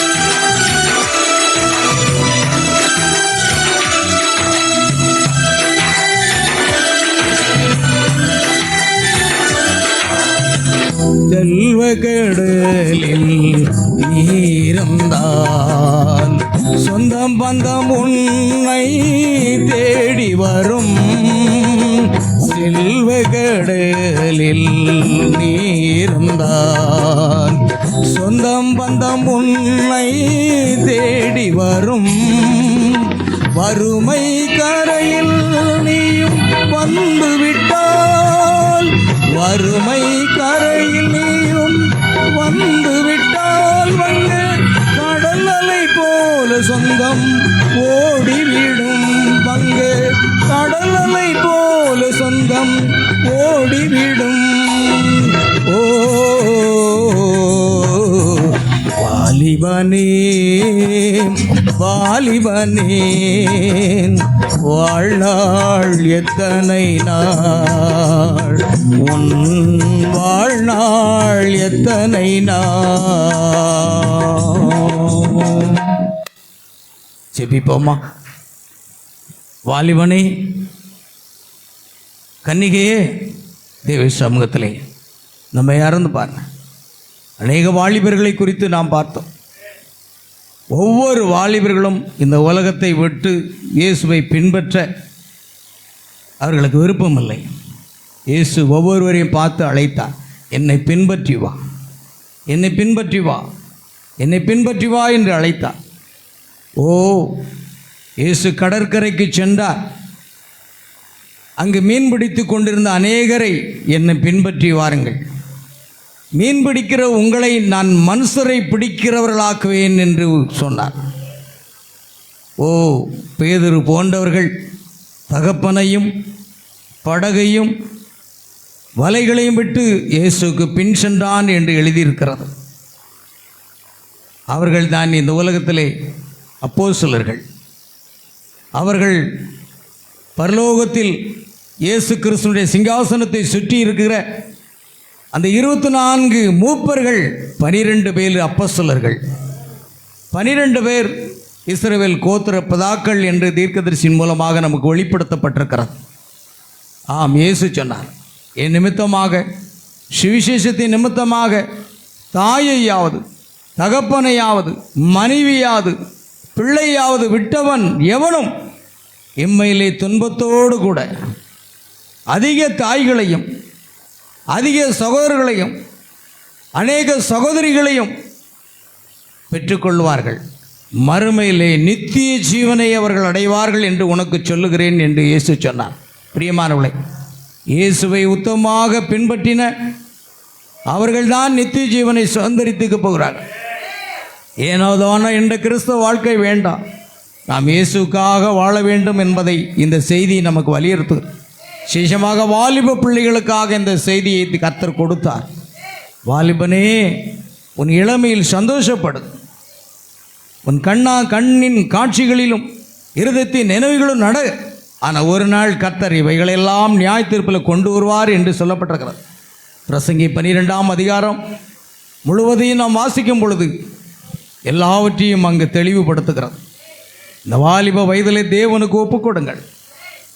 நான் ஊழியம் செய்கிற நாட்களிலே அநேக வாலிப சகோதரர்கள், அநேக நான் விசுவாசி இருந்த அந்த காலத்திலே அநேக வாலிப பெண் பிள்ளைகள் திருமணமாகாமலே இயேசுவுக்கு தங்களை அர்ப்பணித்து ஊழியம் செய்து கொண்டிருக்கிறார்கள். ஆனால் நாம் எப்படி வாழ்கிறோம்? இயேசுக்காக வாழ்கிறோமா? வாலிப பெண்களுக்காக, வாலிப பிள்ளைகளுக்காக மாத்திரமல்ல, இங்கே வந்திருக்கிற அருமையான தேவ பிள்ளைகளை நாம் ஒவ்வொருவரும் இயேசுக்காக வாழ்கிறோமா? சத்தியத்துக்காக வாழ்கிறோமா? ஏதோ ஒரு சாக்கு போக்கு நாம் சொல்லுகிறோமா? எல்லாவற்றையும் விட்டு உம்மை பின்பற்றி வந்தோமே. பேதுரும் அப்போஸ்தலர்களும் இயேசுவை பார்த்து கேட்டார்கள், எல்லாவற்றையும் விட்டு உம்மை பின்பற்றினோமே, எங்களுக்கு என்ன தருவீர்? ஆண்டவர் இயேசு சொன்னார், அநேக சகோதரர்களை தருவேன், அநேக சகோதரிகளை தருவேன், அநேக தாய்மார்களை தருவேன், அநேக தகப்பன்மார்களை தருவேன், மறுமையிலே நித்திய ஜீவனை தருவேன். நீங்கள் 12 சிங்காசனத்தில் உட்கார்ந்து கொண்டு இந்த உலகத்தை நியாயம் தீர்ப்பீர்கள் என்று தேவன் அவர்களுக்கு கொடுத்தார். ஆண்டவருக்காக நாம் எல்லாவற்றையும் விட வேண்டும். பிரியமானவர்களே, இயேசுக்காக வாழ வேண்டுமானால் நாம் உலகத்தை விட்டுத்தான் ஆக வேண்டும். தீர்க்கதரிசி சொல்கிறார், நாம் பணம் சம்பாதிப்பது தவறு என்று சொல்லவில்லை. ஆனால் அந்த பணத்தை சம்பாதிப்பது ஒரு பக்கம் இருந்தாலும் ஆத்துமாக்களை சம்பாதிக்க வேண்டும். இயேசுக்காக, நம்முடைய வார்த்தைக்காக நாம் வாழ வேண்டும். எந்த வார்த்தையை நாம் உதாசீனப்படுத்தக்கூடாது என்பதை தான் இந்த செய்தியின் வாயிலாக நாம் புரிந்து கொண்டோம். ஆக நிச்சயமாக அருமையான தேவனுடைய பிள்ளைகளை, விசேஷமாக வாலிப சகோதரர்களே சகோதரிகளை, நீங்கள் உணர்ந்து பாருங்கள். நீங்கள் தேவனுடைய வார்த்தைக்கு ஒப்புக்கொடுங்கள். நான் ஆண்டவருக்காக என்ன செய்தேன்? இயேசு என்னுடைய ஆத்மாவை ரட்சித்தாரே, நான் ஒரு ஆத்மாவாவது ரட்சித்திருக்கேன்னா, ஒரு ஆத்மாவாவது ரட்சிப்புக்குள் வழிநடத்தி இருக்கிறேனா? நான் ஏனோதோ என்று இருக்கிறேனே. ஆண்டவரே, இன்றோடு இந்த வாழ்க்கை முடிந்து போகட்டும். ஒரு புதிய வாழ்க்கையை தாருங்க ஆண்டவரே, ஒரு புதிய வாழ்க்கை தாருங்க ஆண்டவரே. அழிந்து போகின்ற ஆத்மாக்களுக்காக கண்ணீர் வடித்து ஜெபிக்கக்கூடிய கிருபையின் ஆவியை தாருங்க ஆண்டவரே, ஜெப ஆவியை தாருங்க ஆண்டவரே, விண்ணப்பத்தின் ஆவியை தாருங்க ஆண்டே. கர்த்தாவே, உம்முடைய பரிசுத்த ஆவியுடைய வல்லமையானது எங்களை அபிஷேகமடியாக ஜெபிக்கிறோம் ஐயா. தகப்பனே, எங்களை ஆவியில் அனலுள்ளவர்களாக மாற்றும் ஆண்டவரே. ஏனோ தானே என்ற வாழ்க்கை வாழாதபடிக்கு ஆண்டவரே, இயேசுவுக்காக வாழ்கின்ற ஒரு வாழ்க்கையை தாருங்க ஆண்டவரே. உம்மை துதிக்கிறோம் அப்பா. எல்லாரும் நாம் ஜெபிப்போமா? இன்றைக்கு ஒரு தீர்மானம் எடுங்கள், இன்றைக்கு ஒரு தீர்மானம் எடுங்கள். ஆண்டவரே, எங்களை தாழ்த்தி ஒப்பு கொடுக்கிறோம் அப்பா, எங்களை தாழ்த்தி ஒப்புக்கொள்கிறோம். அந்த வாலிபர்கள் எல்லாரும் நித்திய ஜீவனை இழந்து போனார்கள். ஆனால் லாசர் இந்த உலகத்திலே தரித்திரனாக வாழ்ந்தாலும் கூட அவன் நித்திய ஜீவனை பெற்றுக்கொண்டான் என்று பார்க்கிறோம். அதுபோல சவுல் என்னும் வாலிபன், கர்த்தர் அவனை சந்தித்தார். ஸ்தேவான் கொலை செய்யப்படும் போது அந்த கொலைக்கு அவன் சம்மதித்திருந்தான் என்று பார்க்கிறோம். ஆனால் கர்த்தரோ வாலிப வயதிலே அவனை சந்தித்தார். அவனை சுவிசேஷ ஊழியத்தை செய்யும்படியாக ராஜாக்களுக்கும் அவர்கள் எல்லா விதமான அதிகாரிகளுக்கும் புறஜாதிகளுக்கும் இயேசு கிறிஸ்துடைய நாமத்தை அறிவிப்பதற்காக வாலிப வயதிலே அவனை தெரிந்து கொண்டார். பாருங்கள், அவன் திருமணம் செய்யாமலேயே இயேசுவுக்கு தன் வாழ்க்கையை அர்ப்பணித்து ஊழியம் செய்தான் என்று பார்க்கிறோம். கர்த்தர் அவன் மூலமாக அநேக அற்புதங்கள் அடையாளங்களை செய்திருந்தார். தேவன் நாம் மகிமைக்காக ஒரு வாலிபனை கர்த்தர் எடுத்து பயன்படுத்தினார். இன்றைக்கு அந்த வாலிபன் நீதான். இன்றைக்கு அந்த வாலிப சகோதரியே நீதான். இயேசு உன்னை அழைக்கின்றார். அல்லேலூயா. இயேசு உன்னை அழைக்கின்றார். அவரை நோக்கி பாருங்கள். அல்லேலூயா. இயேசு நிச்சயமாக உங்களை அழைக்கின்றார். நீங்கள் அவருக்கு ஒப்பு கொடுப்பீர்களா? உலக வாழ்க்கை வேண்டாம் பிரியமானவர்களே.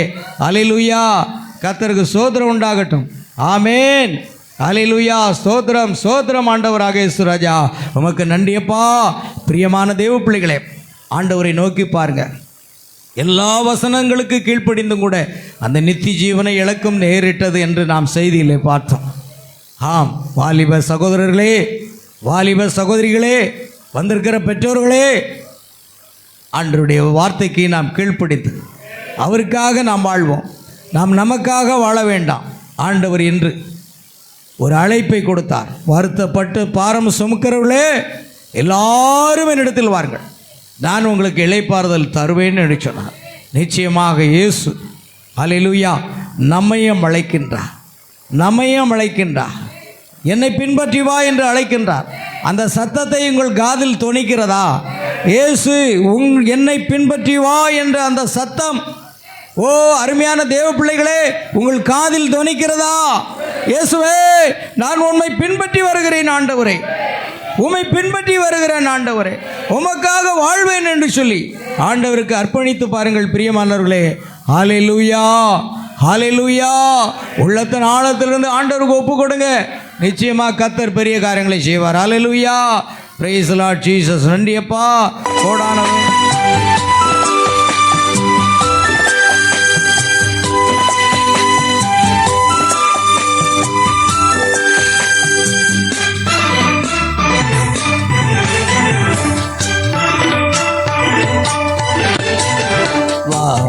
பாவி அழைக்கிறார் இயேசு வந்திளை பாரிடவே.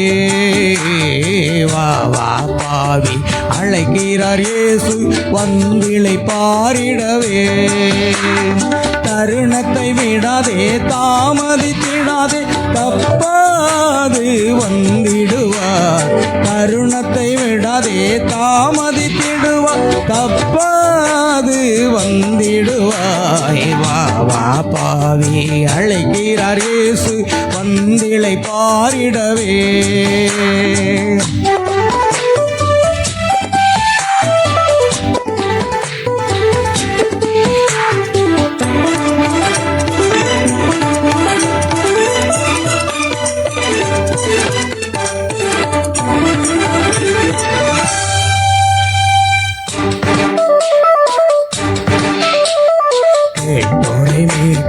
தற்போது வந்த தயபரன் இயேசுவை பார். கேட்டோரை மீட்க தற்போது வந்த தயபரன் இயேசுவை பார். மனமே வெட்கத்தை களைந்து வேதத்தை கேட்பாய், வேஷத்தை மாற்றிடுவார். வெட்கத்தை களைந்து வேதத்தை கேட்பாய், வேஷத்தை மாற்றிடுவார். பாவி அழைக்கிறார் இயேசு வந்திளை பாரிடவே. என்னை பின்பற்றி வா மகனே, என்னை பின்பற்றி வா மகளே என்று இயேசு அழைக்கிற சத்தத்தை கேளுங்கள்.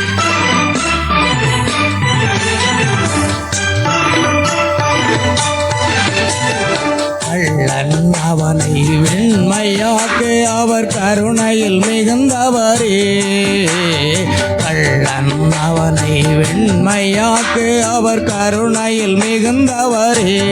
மனமே தாழ்த்திய பாவத்தை நாம் அறிக்கையிட்டால் தருவார் பரலோகம். தாழ்த்திய பாவத்தை நாம் அறிக்கையிட்டால் தருவார் பரலோகம். பாவி அழைக்கிறார் இயேசு வந்திளை பாரிடவே. இன்றே இயேசு அண்டை வா சகோதரனே சகோதரி, இயேசுக்குள் வாழ்க்கையை ஒப்புக்கொடுங்கள். நமக்காக வாழ்ந்தது போதும்.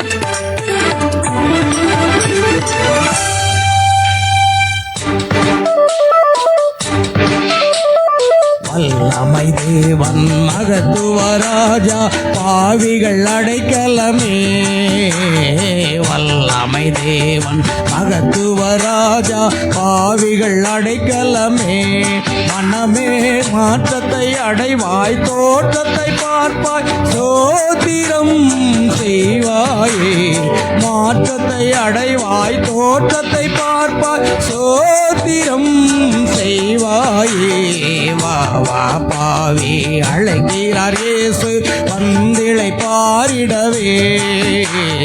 வா வா பாவி அழைக்கிறார் இயேசு, வந்திளை பாரிடவே. தருணத்தை விடாதே, தாமதித்திடாதே, தப்பாது வந்திடுவார். தருணத்தை விடாதே, தாமதித்திடாதே, தப்பாது வந்திடுவார். வா வா பாவி அழைக்கிறார் இயேசு, வந்திளை பாரிடவே. ஹல்லேலூயா. நாம் எல்லாரும் கரங்களை தட்டி கர்த்தரை மகிமைப்படுத்துவோமா? ஆண்டவராக இயேசு நல்ல ஒரு தருணத்தை நம்ம கொடுத்திருக்கிறார். என்னை பின்பற்றி வா, என்னை பின்பற்றி வா என்று அவர் ஒவ்வொருவரோடும் அவர் பேசி கொண்டிருக்கிறார். உங்கள் காதுகளிலே இயேசுவின் சத்தத்தை இப்பொழுது நீங்கள் கேட்பீர்கள். இயேசு ஒவ்வொருவருக்கும் ஒரு அறைகூவல் கொடுக்கிறார். என்னை பின்பற்றி வா மகளே, என்னை பின்பற்றி வா மகனே என்று இயேசு நம்மை அழைக்கின்றார். இயேசுவுக்காக நம் வாழ்க்கையை அர்ப்பணிப்போமா? அன்பின் பரலோக பிதாவே, உம்மை துதிக்கிறோம், சோத்திரிக்கிறோங்க தாவே. ஆசீர்வதிக்கப்பட்ட அந்த அருமையான பரிசுத்த உபவாச ஆராதனையிலே தேவ சமூகத்திலே நாங்கள் கடந்து வந்து உம்மை துதித்து உம்மை பாடிமை ஆராய்த்து மகிமைப்படுத்தும்படியாகும், உம்முடைய வார்த்தையை கேட்கும்படியாகும். கர்த்தர் தந்த கிருபைக்காக, இரக்கத்துக்காக, அன்பிற்காக கோடான கோடி ஸ்தோத்திரங்களை செலுத்துகிற ஆண்டவரே. ஆம் கர்த்தாவே, உம்முடைய ஜீவனுள்ள வார்த்தைகளை நாங்கள் கேட்டோம் ஆண்டவரே. கர்த்தாவே, அந்த ஜீவனுள்ள வார்த்தையின்படியே, செய்தியின்படி ஆண்டவரே, அநேக வாலிபர்கள் ஐஸ்வர்யத்தின் மயக்கம், உலகத்தினுடைய மயக்கம் வந்து அவர்கள் நித்திய ஜீவனை இழந்து விட்டார்கள். ஆனால் கர்த்தாவே, அந்த லாசரு நித்திய ஜீவனை பெற்றுக்கொண்டான் ஆண்டவரே. கர்த்தாவே, இந்த உலகத்தில் அவன் தரித்திரனாக வாழ்ந்தாலும் பரவாயில்ல ஆண்டவரே. இயேசுக்காக அவன் வாழ்ந்தான் ஆண்டவரே. அவன் பரலோக ராஜ்யத்துக்கு கொண்டு செல்லப்பட்டான் ஆண்டவரே. கர்த்தாவே, அவனமாக இந்த உலகத்தில் எங்களுக்கு நல்ல உணவு இல்லை என்றாலும் பரவாயில்ல ஆண்டவரே. நல்ல உடை இல்லை என்றாலும் பரவாயில்ல ஆண்டவரே. நாங்கள் பரலோகத்துக்கு செல்வதற்கு நித்திய ஜீவனை எங்களுக்கு தாருங்கப்பா ஆண்டவரே. நாங்கள் உம்முடைய ராஜ்யத்திற்கு வரும்பொழுது வெறுங்கையோடு வரக்கூடாது ஆண்டவரே. நாங்கள் ஒவ்வொருவரும் ஆத்துமாக்களை ஆதாயப்படுத்தி உம்முடைய சமூகத்தில் சமர்ப்பிக்கக்கூடியவர்களாக காணப்பட கிருபை செய்யுங்கப்பா. எங்களுக்காக அனுப்பப்பட்ட தீர்க்கதரிசி வில்லியம் பிரணாம் மூலமாக அந்த 6வது வானத்தில் தரிசனத்தில் எடுத்துக்கொள்ளப்பட்ட பொழுது லட்சக்கணக்கான சகோதர சகோதரிகள் அல்லேலூயா, எங்களுக்கு அன்பான சகோதரனே என்று பிரணாமை அழைத்த போது ஆண்டவரே ஸ்தோத்திரம் ஐயா, இவர்களெல்லாம் யார் என்று கேட்ட பொழுது அங்கிருந்து ஒரு சத்தம் கேட்டது. இவர்கள் அத்தனை பேரும் உன்னுடைய சுவிசேஷத்தை கேட்டு ரட்சிக்கப்பட்டிருக்கிறார்கள் என்று சொல்லி. தீர்க்கதரிசிக்கு சந்தோஷம் மிக மிக அதிகம். இந்த உலகத்துக்கு திரும்ப வர்றதுக்கு அவர் விரும்பல. எனக்கு அருமையானவர்கள் பரலோகத்தில் இருக்கிறார்கள், எனக்கு அருமையான சகோதர சகோதரிகள் இருக்கிறார்கள். பரலோகம் இவ்வளவு மகிமையாக இருக்குமா என்று அவர் இந்த உலகத்துக்கு நான் போக விரும்பவில்லை என்று சொன்னார். ஆனாலும் தேவனுடைய வார்த்தையானது அங்கிருந்து ஒரு சத்தம் கேட்டது. இன்னும் அநேகருக்கு நீ சுவிசேஷம் அறிவிக்க வேண்டியதாக இருக்கிறது, ஆகையால் நீ சென்று மீண்டும் வரலாம் என்று சொல்லப்பட்டது. எவ்வளவு மகிழ்ச்சிகரமான இடம், எவ்வளவு சந்தோஷமான இடம். இந்த உலகம் கொடுக்குமா? இந்த உலகம் சந்தோஷத்தை தருமா? சமாதானத்தை தருமா? ஒரு காலம் தராது ஆண்டவரே. கர்த்தருக்குள் மகிழ்ச்சியா இருப்பதே உங்கள் பலன் என்று வேதம் சொல்கிறபடி ஆண்டவரே, நாங்கள் உமக்குள் மகிழ்ச்சியா இருக்கிறோம், உமக்குள் சந்தோஷமாக இருக்கிறோம் ஆண்டவரே. அல்லேலூயா, சோத்திரம் சோத்திரம் அப்பா. என்ன நடந்தாலும் சரி, என்ன நடக்க விட்டாலும் சரி, என் இயேசுக்காக நாங்கள் வாழ வேண்டும் என்ற ஒரு தீர்மானத்தை நாங்கள் எடுக்கிறோம் ஆண்டவரே. நிச்சயமாக ஆண்டவராக இயேசு என்னை பின்பற்றி வா என்ற சத்தத்தை கேட்ட நாங்கள் ஒவ்வொருவரும் உம்மை பின்பற்றி வருகிறோம் ஆண்டவரே. உம்மை நாங்கள் பின்பற்றுவோம் ஆண்டவரே. நீர் எங்களுக்கு உதவி செய்யுங்கப்பா. இப்படி சத்திய வசனத்தின்படி வாழ்த்து மகிமையிலே நாங்கள் சந்திக்க எங்களுக்கு உதவி செய்யுங்க, கிருபை செய்யுங்க, ஆசிர்வதி. இந்த ஆராதனையில் கலந்து கொண்ட ஒவ்வொரு சகோதர சகோதரிகள், பிள்ளைகள், குழந்தைகள் அனைவரையும் ஆசீர்வதியும் ஆண்டவராக இயேசுவின் நாமத்தில். இந்த செய்தியை கேட்க போகிற ஆண்டவர் யூடியூப் மூலமாக முகநூல் வழியாக இந்த செய்தியை கேட்க போகிற ஒவ்வொரு சகோதர சகோதரிகள் தேவ பிள்ளைகளை தேவன் ஆசீர்வதிப்பார். ஒவ்வொருவரும் இயேசுவை பின்பற்றி வா இந்த சத்தத்தை கேட்டு உம்மை பின்பற்றக்கூடியவர்களாக காணப்பட கிருபை செய்யுங்க. ஆசீர்வதியும். சகல துதி கன மகிமை யாவற்றையும் உமக்கு செலுத்துகிறோம். கர்த்தராகிய இயேசு கிறிஸ்துவின் நாமத்தில் கேட்கிறோம் பிதாவே, ஆமென். என் ஆத்துமாவே கர்த்தரை ஸ்தோத்ரி, என் முழு உள்ளமேருடைய பரிசுத்த நாமத்தை ஸ்தோத்ரி. என் ஆத்மாவே கர்த்தரை ஸ்தோத்ரி, கர்த்தர் செய்த சகல உபகாரங்களையும் மறவாதே, ஆமென். நம்முடைய கர்த்தராகிய இயேசு கிறிஸ்துவின் கிருபையும் தேவனுடைய அன்பும் பரிசுத்தாவினுடைய ஐக்கியமும் சந்தோஷமும் சமாதானமும் சுகமும் பலமும் ஆசீர்வாதங்கள் நம் அனைவரோடும், நம் குடும்பத்தார் அனைவரோடும், சகல பரிசுத்தவான்கள் அனைவரோடும் இன்றும் என்றும் சதா காலமும் நிலைத்திருப்பதாக. ஹல்லேலூயா. Praise the Lord. கர்த்தராகிய இயேசு கிறிஸ்து உங்கள் ஒவ்வொருவரையும் ஆசீர்வதிப்பாராக. God bless you. God bless you.